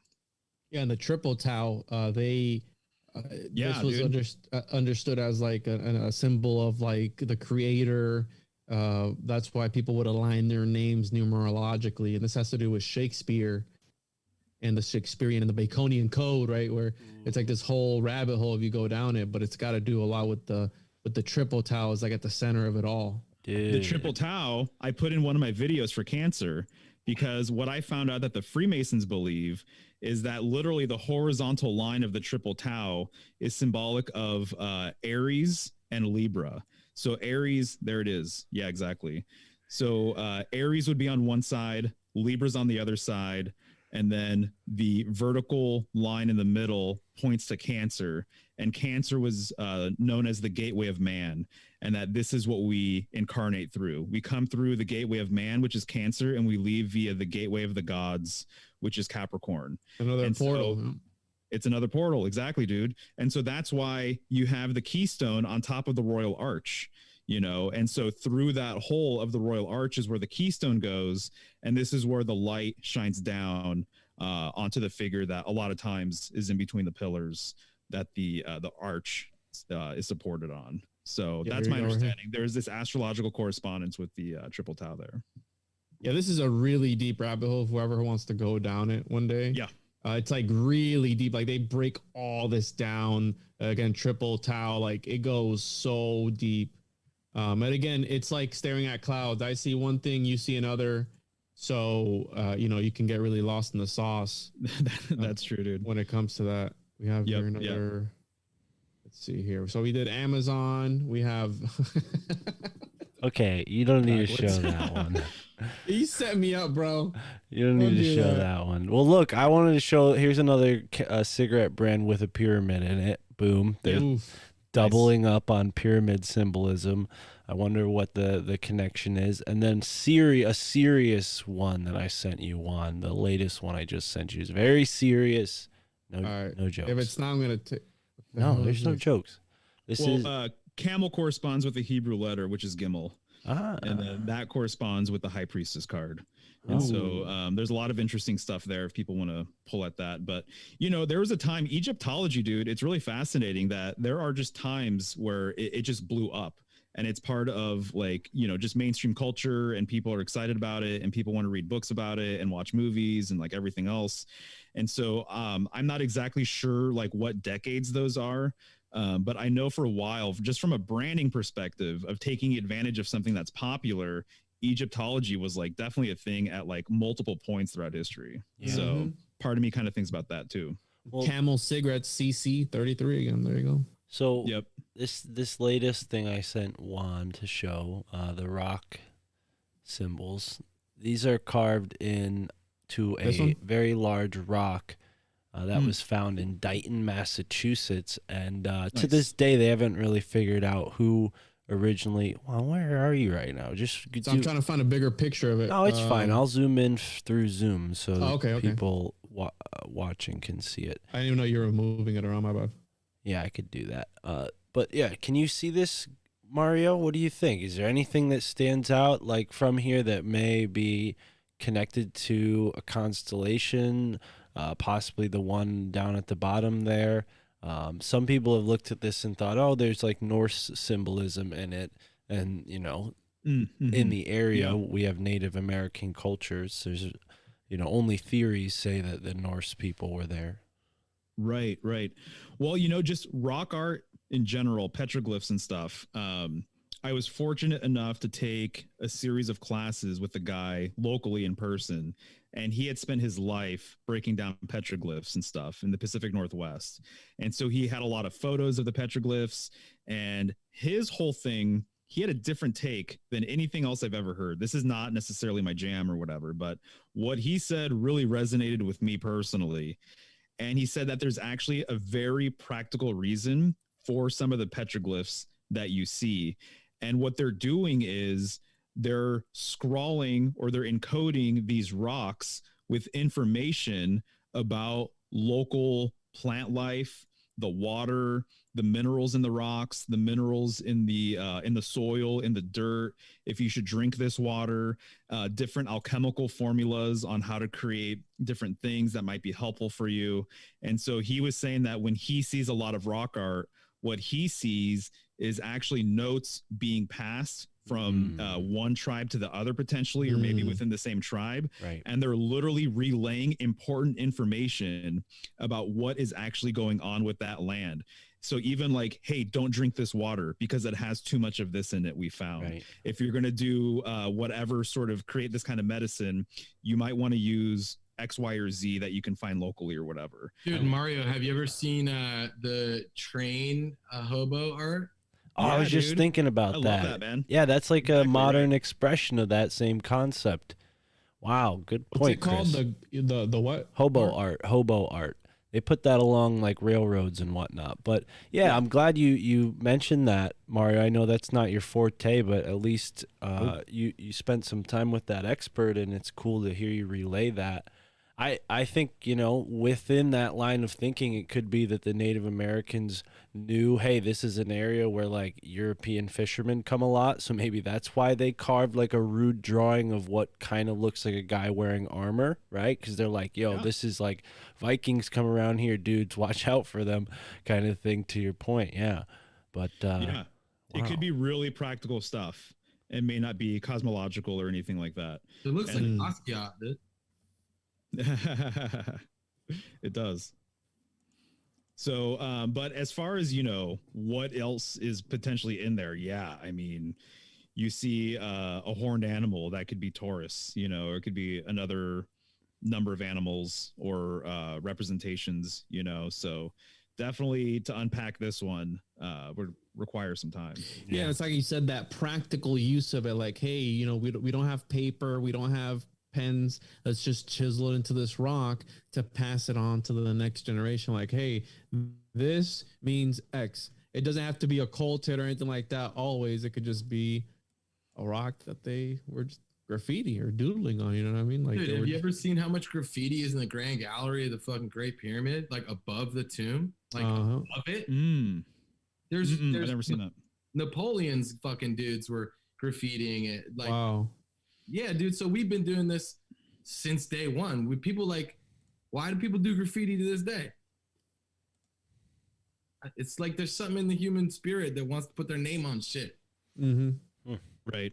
Well, I believe it's to carry that energy on. That I relate that to the whole Immortal Alchemist, where they want to carry, as long as people in this realm remember your name for eternity. That's why you have all these ancient bloodlines. You live on forever in another. Like we're talking about the 7 steps of ascension. Maybe in one of those 7 steps you exist, as long as people remember your name by putting you on buildings, streets, making literal statues. There's stories of Hermes Trismegistus where he had like these cities, and at the top of this tower they had animated statues that would watch over the people and report their sins and all this stuff. So everybody was like, it was like a utopia. Everybody was, you know what, that we have to be good because the Eye of Sauron or whatever it's called is up there and it's watching us. But it was animated statues, and that's why I think the Egyptians built statues. All these conquistadors and all this stuff, even Henry Flagler from Florida, they all have statues and busts everywhere. You think of Futurama where they have the talking heads and they're like busts. You know what I mean? They were still alive, the historical people. So again, I think there's a metaphysical aspect of it to where they live outside space and time in some sort of way by having these cities named after them and stuff like that. We have here hobo art. I've never seen this before, Mark. Well, and then we should point out that our intention that we may have gotten a little away from, but we set the intention of examining some Illuminati symbols. So maybe before we start wrapping up here, Mario, are there any connections that you can draw? I mean, we did look at the square and compass earlier. That's a big one that people connect, obviously, to the Masons and the Illuminati. Juan, if you would share the link that I sent you. I thought I was sharing this whole time. I'm like flipping through the pictures and shit. No.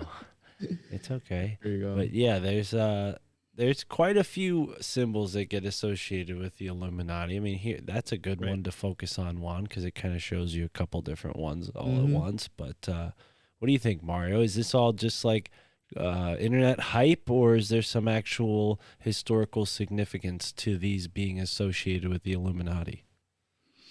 I think the internet has done a lot of interesting things and ran with a lot of this material, but I mean, in terms of the Illuminati too, it's almost like, what do you guys think the Illuminati is? Because I feel like that's kind of one of the deals behind it. I'm not opposed to there being an Illuminati that exists. I don't know if you guys are referencing it as like a generic sort of term, catch-all sort of thing, or there's like a very specific group that you guys are thinking of. I think it's a blanket term. Like we're using now it as Freemasons, Rosicrucians, all secret societies, like the cloaked veil motherfuckers in movies. We're using all of those definitions, but specifically with the title of the show, we're using the general phrase, right? Like we've discussed all the aspects of the definition. At least I have. I think we've discussed it on the show in the Patreon portions, and I'm aware of the historical Illuminati. So, but what do you think?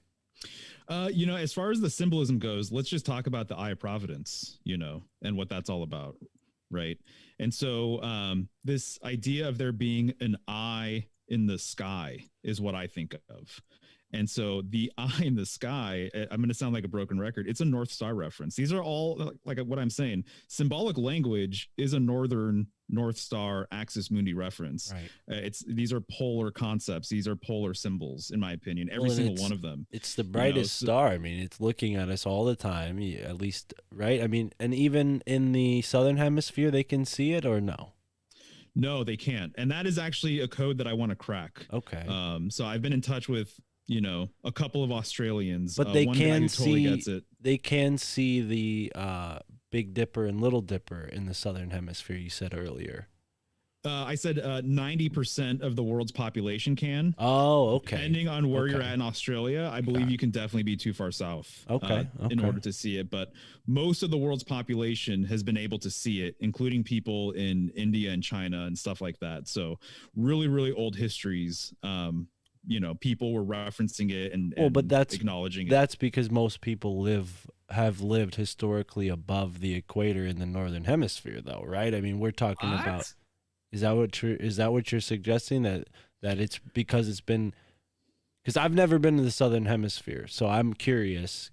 You can't see the North Star there, but you can see the Ursa Major and Ursa Minor at some points of the year? The actual line of when you can't see it anymore, I don't know off the top of my head.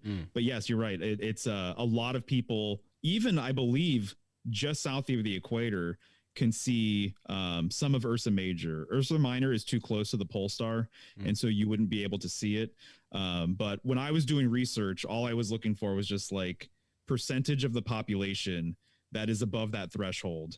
And what I came across was that 90% of the Earth's population can see it, essentially. But it has to do because they're living more north. Chris, why did you scream else. what? Because you're opposed to the idea that the majority of the population lives north of the equator? I think that's pretty fair to say. Maybe not. I mean, do you know where the equator is on the map, Chris? Can you look at a map right now and tell me? Because it's just Africa, South America, Southeast Asia, and Australia that are below the equator, which leaves a very large portion of Asia and North America, Central America, the top or upper portion of South America, upper portion of Africa, upper portion of China. Yeah, I don't need the fucking geography lesson. India. Jesus Christ. The condescension. Bro, I'm just saying, you go, what? I get what you're saying. Japan. But there's a shitload of people that live south of the equator, right? And majority in what time? We're talking about overlapping ideas here between population and time of human history. You're talking about northern. This has always been my interesting point about with black people with going to Christianity, because it's a solar northern cult. So how the fuck y'all get on it? I've heard it called the white supremacist religion. All right. Well, it's adopting your captor's religion. It's like, definitely. Yeah, but that's Stockholm shit right there. Definitely. Like, I totally understand what you're saying, Mark, but there's a fucking massive amounts of people that have lived south of the equator on planet Earth in time, space. You know what I mean? I'm just asking questions. I'm not making a point. I'm curious. Yeah. I'm like, I think what Mario's saying is very important, and if it is skewed towards people in the northern hemisphere, I'd say that checks out, at least with our historical records. Most of them take place in cultures that are above the northern portion of the equator. We're also talking about the information that's been able to be saved over time, space, and the peoples that haven't been conquered, et cetera, et cetera. It's like, when and where are we talking about? If you want to do shit like that, blanket statement shit, which I'm all about, we should like kind of figure out what it is we're talking about a little bit here. You know what I mean? Like, we're talking about, remember Dreamtime Aboriginal art? You didn't know what that was the other day? It's like this whole thing. There's so much shit that's going on here that I think we have to be kind of specific. If you're talking about all the shit that we're talking about, Fibonacci pi, all this shit encoded into buildings, yeah, dude, you don't find them fucking in Africa. You find them in Western white Europe. Like, yeah, but I think you got to be kind of specific with what you're talking about. I'm just talking about the people that are following the North Star, bro. Dude, it's a cult. I'm in. Yeah. I'm saying the people that see the North Star, it's pretty relevant to what we're talking about. If you can't see the North Star, you're probably not a part of this culture that worships the North Star. And I think that'd be very fascinating if there was information to oppose that. For example, the Aborigines, if they somehow knew about the North Star, that would be incredible information. I don't know if that's what Mario is suggesting, but I'm curious. Also assuming the Eye of Providence, which most people think is God, is now the North Star. So it's like changing the meaning of, in some people's eyes, of what the symbol means in the first place. So again, we're assuming certain parts of this conversation, dude. It's like check looking this at out. clouds. I see what I see. You see what you see. Yeah. I think so too. And I'll just say too, I wouldn't expect anybody to jump on board with what I'm saying like immediately, because it is actually a true paradigm shift. So it's not something that comes easy. It's not something that comes quickly. I'm not even saying I'm right. So if it resonates with people, that's awesome. But if it doesn't, that's totally cool too. But one of the things to me that was really a game changer was that I have an older friend, and you can keep all this stuff up too, the Eye of Providence thing, because I'm going to get into it. But just to lay a little bit of groundwork, I guess.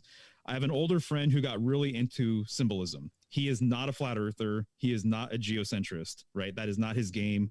When I started getting into it, he's just not down, And so we've talked about it many times, but that's just not where he's at.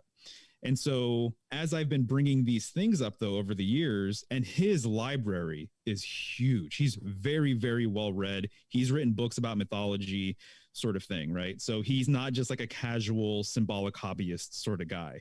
He has done a lot of research and work with all of this stuff. So he would grok a lot of the things that I'm kind of presenting to him, even though he may not agree with it. And at some point, I kept on bringing up Northern symbolism and how people think that God came from the North and everything else.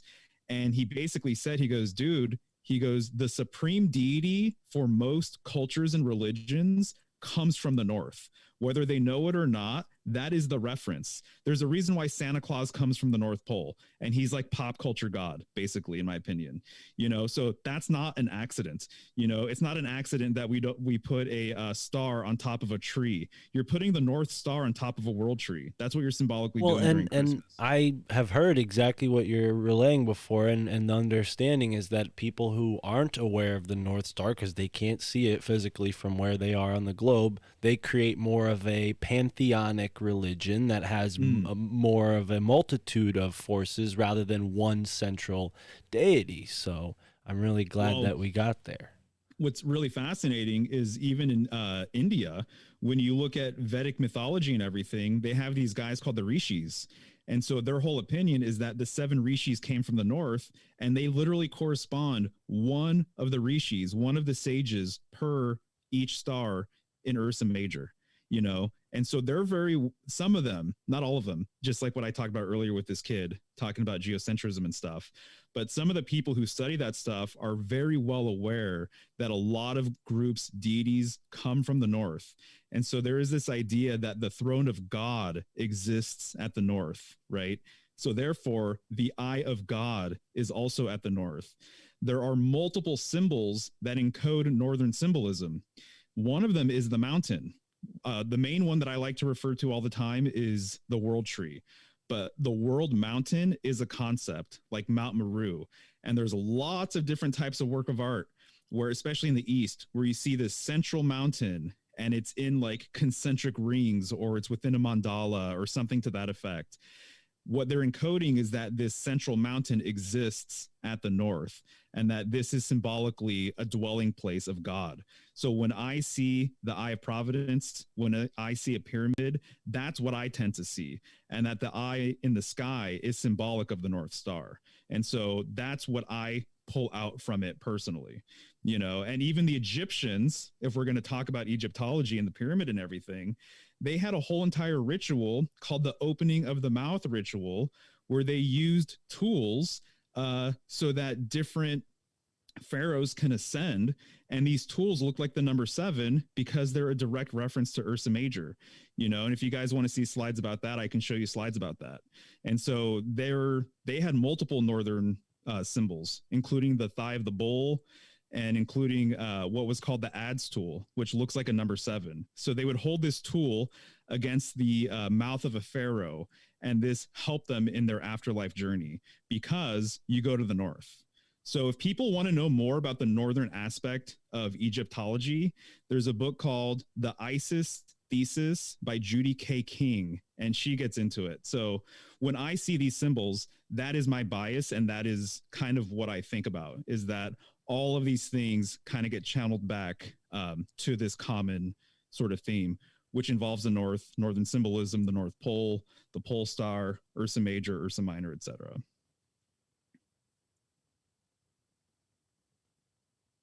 I was linking that book, and I'm writing all the books that you've said down. Nice. But yeah, I think there's a lot going on, and that's why I believe all these symbols are similar, because all cultures throughout the entire flat Earth, globe Earth, asshole Earth, whatever you want to think, I think they all have a version of their story, and it's just different pieces of the puzzle. And I think we have all the pieces of the puzzle, except the puzzle's all jumbled up, and we're all trying to, come together and make the whole bigger picture. That's why I think it's so similar. That's why it's, familiar in other places. 7 Elohims, the 7 celestial planets, the 7, whatever, you know what I mean? It's over and over and over again. And it's a cosmic game of telephone. It's been interpreted differently every single millennia all the way until today.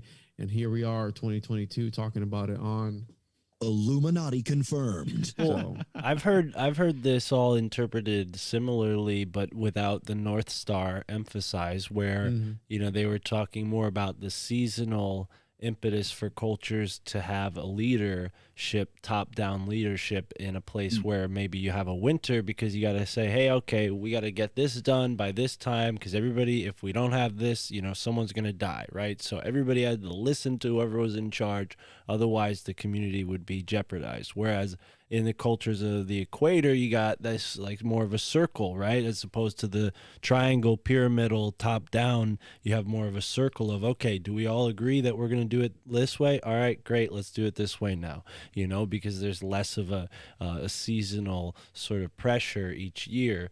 And that's why, this idea of the secret society using this symbol, it's like an ancient symbol of control, and maybe even connects back to what they, their origin somehow. They're sort of like hearkening their emblem of who they are, where they're from. But this North Star connection is fascinating.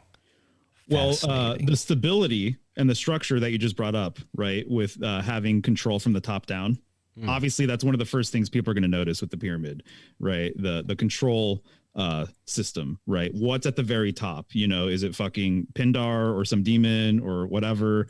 But what brings structure and what brings stability is the pole. That's what brings stability and structure. Is the pole, is the phallus, is the world tree. And so that's what I just did my presentation on Sunday. If people want to learn more about it, it's on the Interverse Podcast YouTube channel. But basically, we decoded what chaos means, and so chaos, is this amalgamation of things. It's a primal heap of all the elements and everything that is needed for this reality to exist. But it's in one sort of mash, right? There's no separation. But the pole, the phallus, it's what brings separation. It's what brings stability. It's what brings structure, is having a central pole that everything revolves around, And so this gets into a lot of other symbolism related to just like the structure of cities and the structure of culture. Some of like the Bach Saga stuff gets into some of this symbolism, is this idea of a sacred center. And so, even like cities. So we refer to, a city area maybe as like metropolis area or whatever. There's Minneapolis. There's lots of different examples of cities that have polis at the end. That's a polar reference. That means pole. That means that there's a city center that everything revolves around, And so there's a lot of groups that have this sacred center still intact, like Jerusalem, in Israel, or Mecca in Saudi Arabia. When you go to Saudi Arabia, when you go to Mecca and you're doing your pilgrimage, your Hajj, you're revolving around the cube, because you're acknowledging that this cube is the center of your world. So when you pray towards Mecca, you're acknowledging that area in the world is the center of your world. This is where you think heaven connects earth. That's what the pole represents. That's what the axis mundi represents. It's both a separation and a connection between heaven and earth. So that's what I think the compass and the square represents with the 7, with the G, that there's 7 steps from earth to the heavens, if you will. And so anyways, just thought I'd get that off my chest. And thanks for showing my website. Wonderful. Wonderful. Yeah, no, this is really cool, Mario. I could tell you put a lot of thought into this. And, it's interesting how these universal symbols connect every culture, like, to me, that's what's so fascinating about understanding the symbols, is it makes combing through history a lot easier in some ways because you're able to identify certain themes. Yeah, no, absolutely, dude. And so the eye in the Eye of Providence, by the way, it's a yoni, it's the vagina, and which receives and projects. The eye projects and receives information. We kind of have it twisted that we just generally receive light and we receive, things through our eyes.